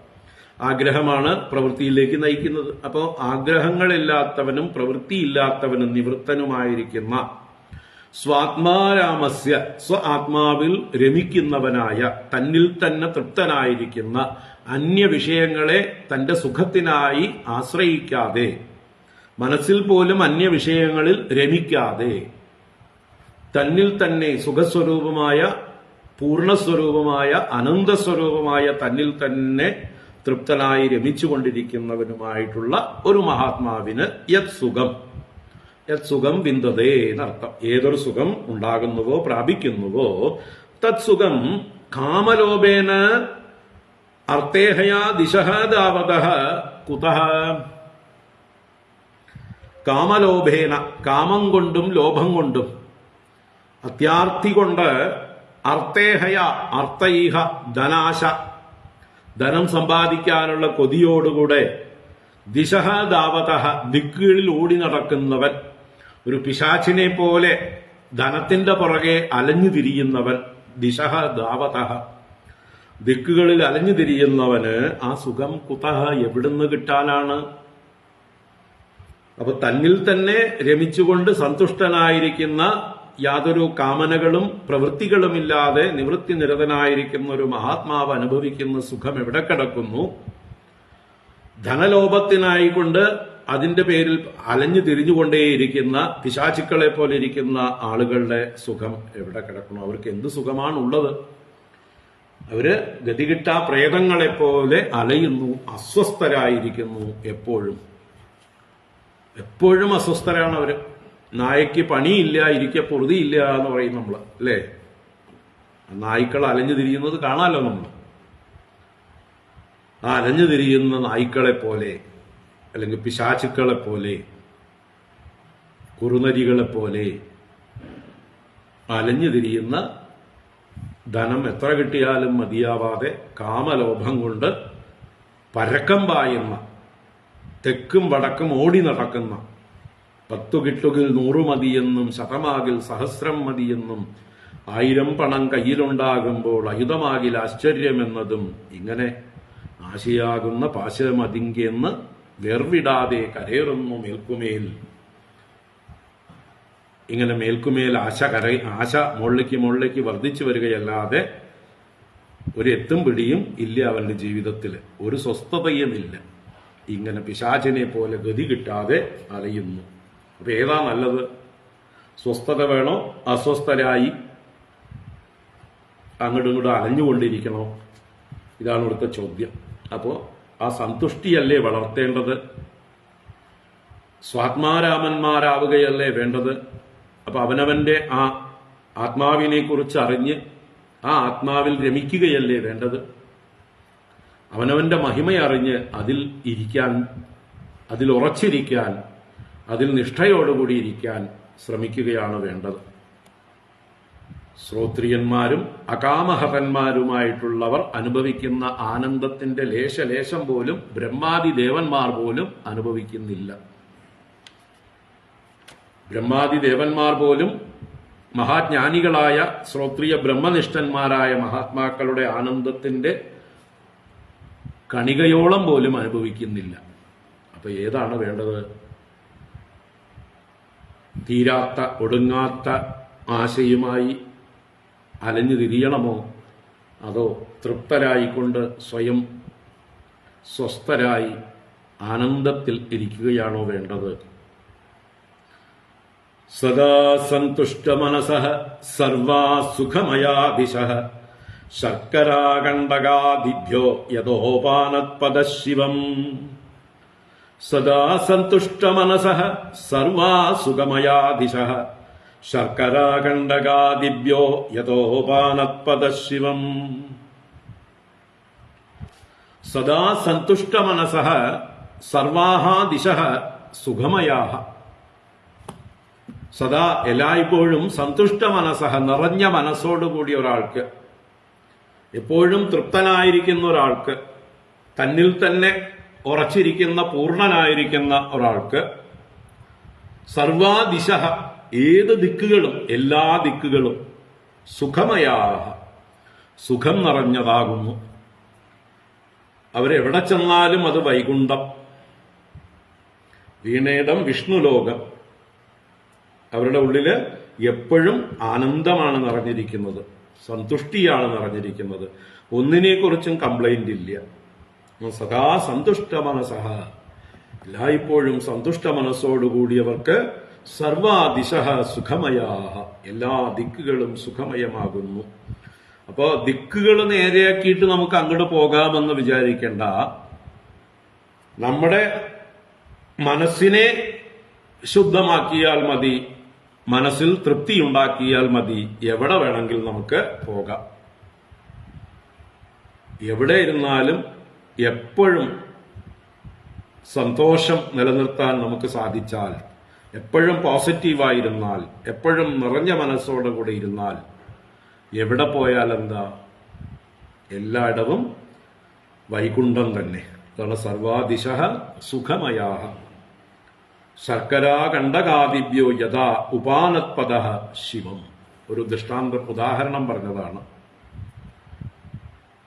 യഥാ എപ്രകാരമാണോ ഉപാനത്പദഃ, ഉപാനത്പദൻ, പദം എന്നാൽ കാലാണ്. കാലില് ഉപാനത്ത് എന്ന് പറഞ്ഞാല് ചെരുപ്പ്, പാദുകം എന്നൊക്കെ അർത്ഥമാണ്.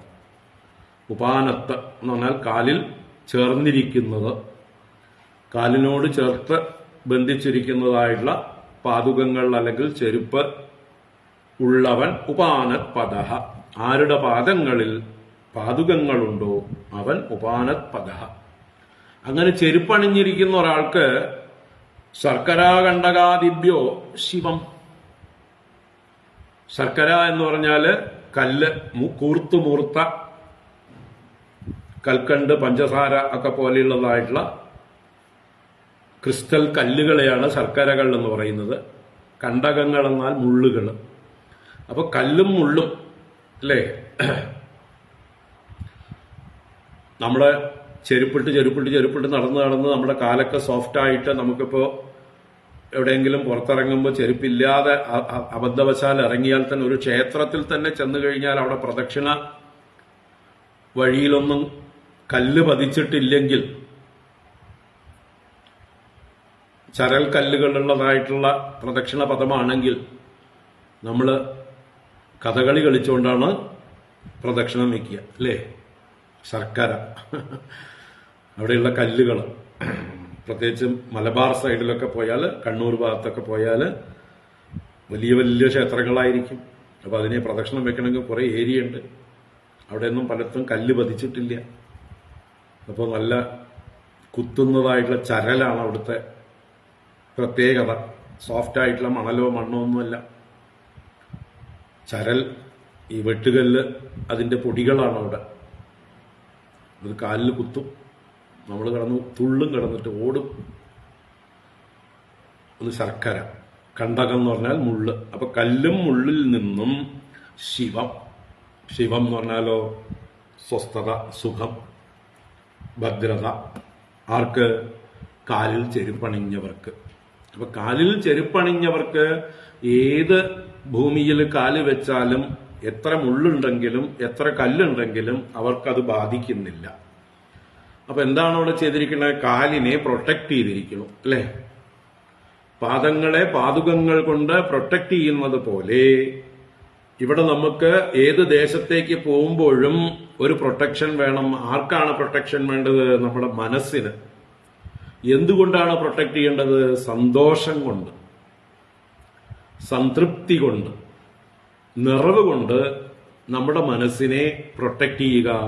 എവിടെ ചെന്നാലും നിറവ് അനുഭവിക്കാം, സന്തോഷം അനുഭവിക്കാം, കംപ്ലൈന്റുകൾ ഇല്ലാതിരിക്കാം. അതാണ് ഇവിടെ ഉദാഹരണമായിട്ട് പറഞ്ഞത്. സദാ സന്തുഷ്ട മനസഃ സർവാസുഖമയാദിശഃ ശർക്കരാഖണ്ഡകാദിഭ്യോ യഥോപാനത്പദ ശിവം. അപ്പൊ കാലിൽ ചെരുപ്പണിഞ്ഞാൽ മാത്രം പോരാ, അത് കാല് മാത്രമേ വേദനിക്കുള്ളൂ ചെരുപ്പ് അണിഞ്ഞിട്ടില്ലെങ്കിൽ. എന്നാൽ മനസ്സിനൊരു ചെരുപ്പ് അണിയണം, ഒരു പ്രൊട്ടക്ഷൻ, ഒരു കവചം വേണം. ആ കവചമാണ് അല്ലേ നാരായണ കവചം, ദേവീ കവചം, സ്കന്ദഷഷ്ടി കവചം, ശിവകവചം, എങ്ങനെയൊക്കെയുള്ള കവചങ്ങൾ ധരിക്കുക. എന്താ കവചം?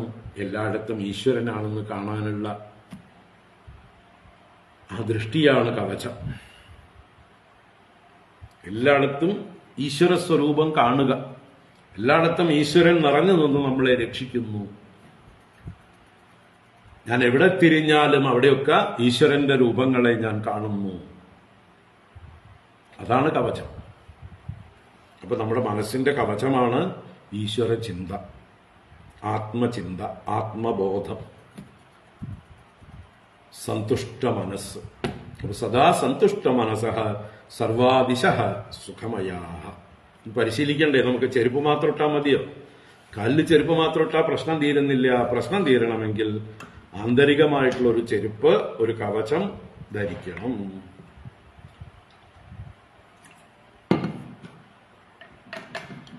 സന്തുഷ്ടക്കേന വാ രാജൻ ന വർത്തേതാഭിവാരിണ ഔപസ്ത്യജൈഹ്യ കാർപ്പണ്യാത് ഗൃഹപാലായതേ ജനഃ. സന്തുഷ്ടക്കേന വാ രാജൻ ന വർത്തേതാഭിവാരിണ ഔപസ്ത്യജൈഹ്യ കാർപ്പണ്യാത് ഗൃഹപാലായതേ ജനഃ. ഹേ രാജൻ, അല്ലയോ യുധിഷ്ഠിര രാജാവേ, കേൾക്കൂ. ജനഃ വാരിണാ അപി സന്തുഷ്ടഃ കേന വാ ന വർത്തേത. ജനഃ എന്ന് പറഞ്ഞാൽ ജനങ്ങൾ, മനുഷ്യർ എന്നർത്ഥം. മനുഷ്യര് വാരിണാ അപി, വാരി ജലം. അപ്പോ ഒരു ദിവസം ഭക്ഷണമൊന്നും കിട്ടിയില്ല, കുറച്ച് വെള്ളമേ കിട്ടിയുള്ളൂ. ആ വെള്ളം കൊണ്ട് സന്തുഷ്ടരാവുക. അതിനുള്ള പരിശീലനമാണ് നമ്മൾ ഏകാദശിയാദി വ്രതങ്ങളിലൂടെയൊക്കെ ചെയ്യുന്നത്. നമ്മൾ ഏകാദശിക്ക് മനഃപൂർവ്വം ഭക്ഷണം ഉപേക്ഷിച്ച് വെള്ളം കുടിക്കണു. ചില ദിവസങ്ങളിൽ നമ്മൾ അറിയാതെ ഏതെങ്കിലും ദേശത്ത് ചെന്നപ്പെട്ടാൽ നമുക്ക് കഴിക്കാനുള്ളതൊന്നും കിട്ടിയില്ലാതെ വരും. അപ്പോഴും നമ്മൾ തളരാൻ പാടില്ല. ഹോ, ഇതൊക്കെ എനിക്ക് ശീലമാണ്, ഞാൻ എത്ര ഏകാദശി അനുഷ്ഠിച്ചിരിക്കുന്നു,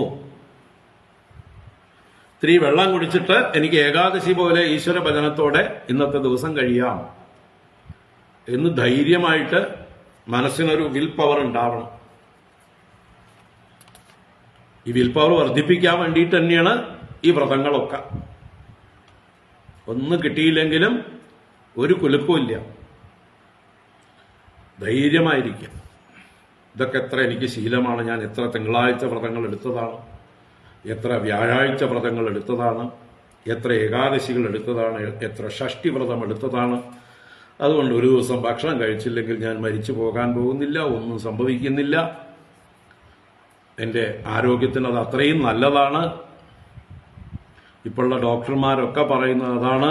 ഇടയ്ക്കിടയ്ക്ക് ഫാസ്റ്റിംഗ് ചെയ്യൂ, ഉള്ളിലുള്ള ഫാറ്റൊക്കെ ആ സമയത്ത് കത്തിപ്പൊക്കോളും. നല്ലതാണ്. അങ്ങനൊരു അവസരം കിട്ടിയല്ലോ, ഇന്ന് പട്ടിണി കിടക്കാനുള്ള ഒരു അവസരം കിട്ടിയല്ലോ എന്ന് സന്തോഷമായിട്ട് പട്ടിണി കിടക്കും. അതാണ് വാരിണാ അപി സന്തുഷ്ട.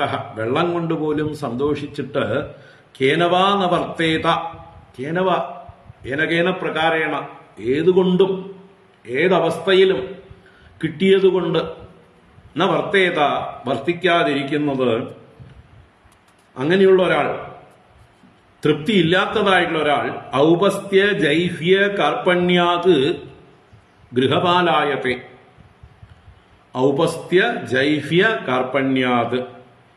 കാർപ്പണ്യം എന്ന് പറഞ്ഞാൽ ദീനന്റെ ഭാവം, കൃപണന്റെ ഭാവം കാർപ്പണ്യം. അപ്പൊ ദൈന്യം എന്ന് പറഞ്ഞാലോ പാരവശ്യം. എന്തിന്റെ പാരവശ്യം?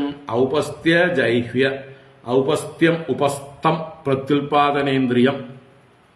അപ്പോ കാമപീഡ, പ്രത്യുൽപാദനേന്ദ്രിയത്തിൻ്റെതായിട്ടുള്ള ആവശ്യങ്ങള്.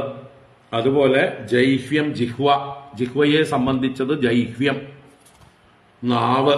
അപ്പൊ നാവ് ഭക്ഷണാദി സ്വാദുള്ളതായിട്ടുള്ള ഭക്ഷണത്തിനായിക്കൊണ്ട് കൊതിക്കുന്നു. ഉപസ്ഥം ദാമ്പത്യ സുഖത്തിനായിക്കൊണ്ട് കൊതിക്കുന്നു. ഈ രണ്ടിനെയും കീഴടക്കിയാൽ നമ്മൾ ലോകത്തെ ജയിക്കാം. നാവിനെ ജയിച്ചാൽ തന്നെ ലോകം ജയിക്കാം. നാവിന്റെ ശക്തി കൊണ്ടാണ് മറ്റുള്ളതൊക്കെ ശക്തി പ്രാപിക്കുന്നത്. നാവിനെ അടക്കിയാൽ മറ്റ് ഇന്ദ്രിയങ്ങളൊക്കെ അടങ്ങും.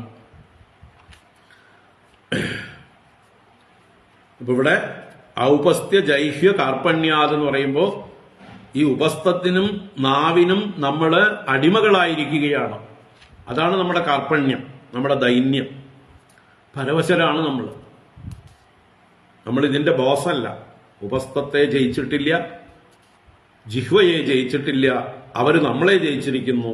അതുകൊണ്ട് നമ്മൾ ദീനന്മാരായിരിക്കുന്നു. അതാണ് കാർപ്പണ്യം. അപ്പൊ കാർപ്പണ്യാത് ഗൃഹപാലായതേ ജനഃ. ജനഃ ഗൃഹപാലായത്തെ. ഗൃഹപാലായത്തെ എന്ന് പറഞ്ഞാൽ ഗൃഹപാലഹ ഇവ വർത്തത്തെ. ഗൃഹപാലഹ എന്ന് പറഞ്ഞാൽ നായ, ശ്വാനൻ. ഗൃഹത്തിന് കാവൽ നിൽക്കുന്ന നായയെ പോലെ അടിമയായി തീരുന്നു. നായയ്ക്ക് വേണമെങ്കിൽ സ്വതന്ത്രനായി രക്ഷപ്പെട്ട് ഓടിപ്പോകാം. എവിടേക്ക് വേണമെങ്കിൽ പോകാനുള്ളതായിട്ടുള്ള സ്വാതന്ത്ര്യം ഉണ്ടായിരുന്നു അതിന്. പക്ഷെ എന്താവണു? അതിന്റെ യജമാനനിൽ നിന്ന് കിട്ടുന്ന നക്കാപ്പിച്ചയ്ക്ക് വേണ്ടി അവരിട്ട് കൊടുക്കുന്ന എച്ചിൽ കഷ്ണങ്ങൾ, അവർ കഴിച്ച ഭക്ഷണത്തിന്റെ ബാക്കി, മാംസം കഴിച്ച എല്ലിൻ കഷ്ണങ്ങൾ ഇട്ട് കൊടുക്കും, അല്ലെങ്കിൽ കഴിച്ച ബാക്കിയുള്ള അന്നം കൊടുക്കും, എന്തെങ്കിലും എറിഞ്ഞു കൊടുക്കുന്നതായിട്ടുള്ള അല്പഭക്ഷണത്തിന് വേണ്ടി വാലാട്ടിക്കൊണ്ട് അവന്റെ കാവൽക്കാരനായി അവന്റെ സേവയിൽ സ്വന്തം ജീവിതം നശിപ്പിച്ചു കളയുന്നു ഈ ശ്വാനന്മാർ, അല്ലേ?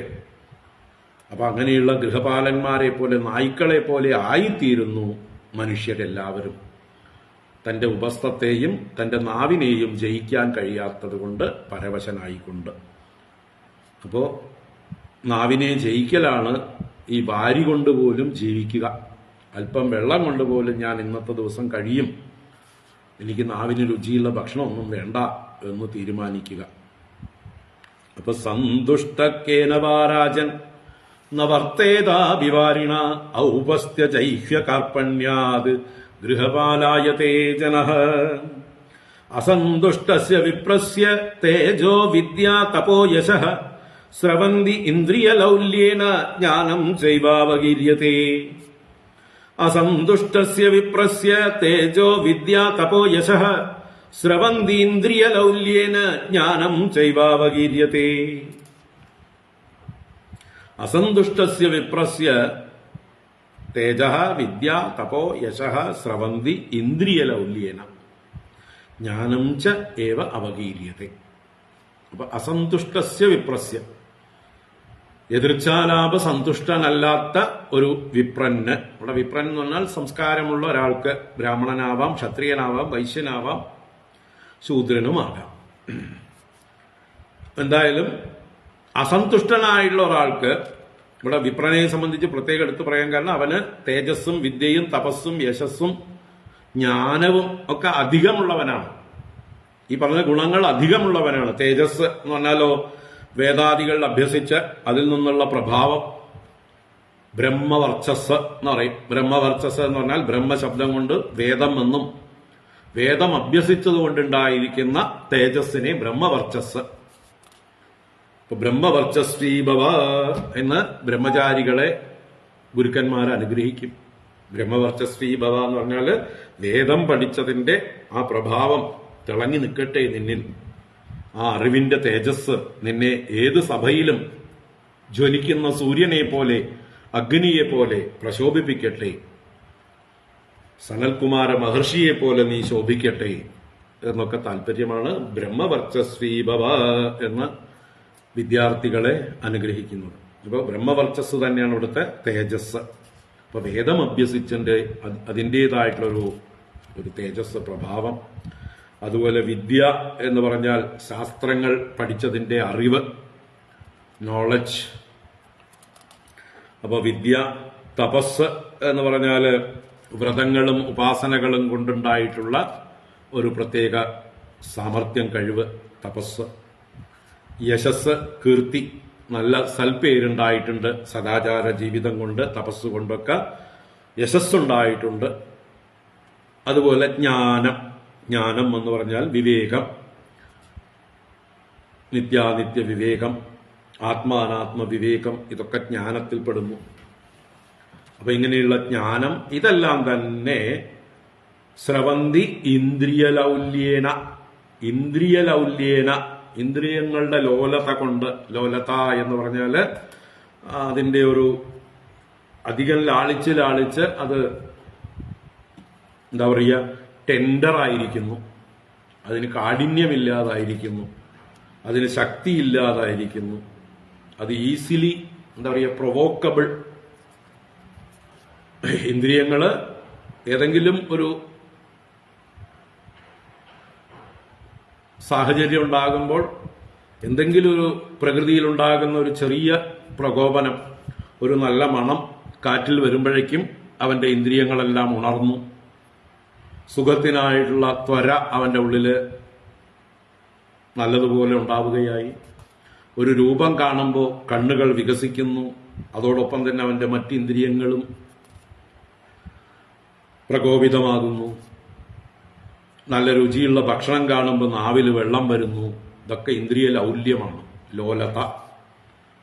ഈസിയായിട്ട് എന്താ പറയുക, റിയാക്ട് ചെയ്യുന്ന സ്വഭാവം, പെട്ടെന്ന് പ്രൊവോക്ക് ചെയ്യാവുന്ന ഭാവം, വളരെ എന്താ പറയുക, അതിനൊരു മൃദുഭാവം, അതിനെ നിയന്ത്രിക്കാൻ പറ്റാത്ത ഒരു ഭാവം, അതാണ് ലൗല്യം. അപ്പോ ഇന്ദ്രിയ ലൗല്യേന, ഇന്ദ്രിയങ്ങളുടെ ലോലത നിമിത്തം അവന്റെ ഈ പറഞ്ഞ ഗുണങ്ങളെല്ലാം സ്രവന്തി. സ്രവന്തി എന്ന് പറഞ്ഞാൽ ഒഴുകിപ്പോകുന്നു, ഒലിച്ചു പോകുന്നു. അവന്റെ തേജസ്, വിദ്യ, തപസ്, യശസ്, ജ്ഞാനം ഇത്യാദി അവന്റെ ശക്തി ഉണ്ടല്ലോ, അവന്റെ വ്യക്തിത്വമുണ്ടല്ലോ, അവന്റെ കവചങ്ങളുണ്ടല്ലോ, അതെല്ലാം ഒലിച്ചു പോകുന്നു, ശക്തിയില്ലാത്തവനായിത്തീരുന്നു. ജ്ഞാനം ചൈവ അവകീര്യത. അവകീര്യത എന്ന് പറഞ്ഞാലും അവകിരണം ചെയ്യപ്പെടുന്നു എന്ന് വെച്ചാല് ചിതറിത്തെറിച്ചു പോകുന്നു, ഡിസിൻറ്റഗ്രേറ്റഡ് ആയി പോകുന്നു, പ്രയോജനരഹിതമായി പോകുന്നു. അപ്പൊ എന്തുണ്ടായിട്ടും ഒരു കാര്യമില്ല, എല്ലാം നശിച്ചു പോകുന്നു. അപ്പോ എത്ര യോഗ്യനായിട്ടുള്ള ഒരാളാണെങ്കിലും ഇന്ദ്രിയ നിയന്ത്രണം ഇല്ലെങ്കിൽ എന്നാണ് ഇവിടെ പറയുന്നത്. അതാണ് ഇന്ദ്രിയ ലൗല്യേന. അതുപോലെ മനസ്സിന് സന്തുഷ്ടിയില്ലെങ്കിൽ, മനസ്സിനെ എതിർച്ഛാലാഭ സന്തുഷ്ടി എന്നുള്ള ഗുണം കൊണ്ട് ദൃഢമാക്കണം. ഇന്ദ്രിയങ്ങളെയും അതിനനുസരിച്ച് അധീനമാക്കണം. ഇന്ദ്രിയങ്ങളെ തോന്നിയതുപോലെ അഴിച്ചുവിടാതെ, കടിഞ്ഞാണില്ലാത്ത കുതിരകളെ പോലെ വിടാതെ നല്ല കടിഞ്ഞാണിട്ട് പിടിച്ചിരിക്കണം. മനസ്സ് തന്നെയാണ് കടിഞ്ഞാണ്. മനസ്സിന്റെ ബലം എന്നുള്ളത് തന്നെയാണ് ഇന്ദ്രിയങ്ങളെ നിയന്ത്രിക്കാനുള്ള കടിഞ്ഞാണ്. മനസ്സിന്റെ ബലം എന്നുള്ളത് വ്രതാദികളിൽ നിന്നുണ്ടാകുന്ന വിൽ പവർ തന്നെയാണ്. അതിന് ഈ സന്തുഷ്ടി എന്നുള്ളതായിട്ടുള്ളൊരു ഭാവം, എപ്പോഴും എന്തിലും സന്തുഷ്ടരായിരിക്കുക, നിറഞ്ഞ മനസ്സോടുകൂടി ഇരിക്കുക, ഒന്നിലും അതൃപ്തി കാണാതിരിക്കുക, ഈ സ്വഭാവം വർദ്ധിപ്പിക്കുക. അസന്തുഷ്ടസ്യ വിപ്രസ്യ തേജോ വിദ്യ തപോ യശഃ സ്രവന്തി ഇന്ദ്രിയലൗല്യേന ജ്ഞാനം ചൈവാവകീര്യത്തെ. കാമസ്യാന്തം ച ക്ഷുത്രഭ്യാം ക്രോധസ്യ ഏതദ്ഫലോദയാത് ജനോ യാതി ന ലോഭസ്യ ചിത്വാ ഭുക്ത്വാ ദിശോ ഭുവഃ. ഇനി ലോഭം എന്നുള്ള അത്യാഗ്രഹത്തിന്റെ സ്വഭാവത്തെ പറയാണ്, ഏറ്റവും അപകടകാരിയാണ് എന്ന് പറയുന്നു. കാമക്രോധങ്ങളെ പോലും നമുക്ക് ജയിക്കാം, ലോഭത്തെ ജയിക്കാൻ വളരെ പ്രയാസമാണ്. അപ്പൊ ഇനി ആ ഒരാശയം പറഞ്ഞിട്ട് അതിനെ എങ്ങനെ ജയിക്കാം എന്നുള്ള വഴിയെ പറഞ്ഞു തരുന്നു. നമുക്ക് നാളെ തുടരാം. ഇന്നിവിടെ സമർപ്പിക്കുന്നു. ഓം കായേന വാചാ മനസേന്ദ്രിയൈർവാ ബുദ്ധ്യാത്മനാ വാ പ്രകൃതേ സ്വഭാവാത് കരോമി യദ്യത് സകലം പരസ്മൈ നാരായണായേതി സമർപ്പയാമി. ഓം ശാന്തി ശാന്തി ശാന്തി. ഹരി ഓം. ശ്രീ ഗുരുഭ്യോ നമഃ. ഹരി ഓം.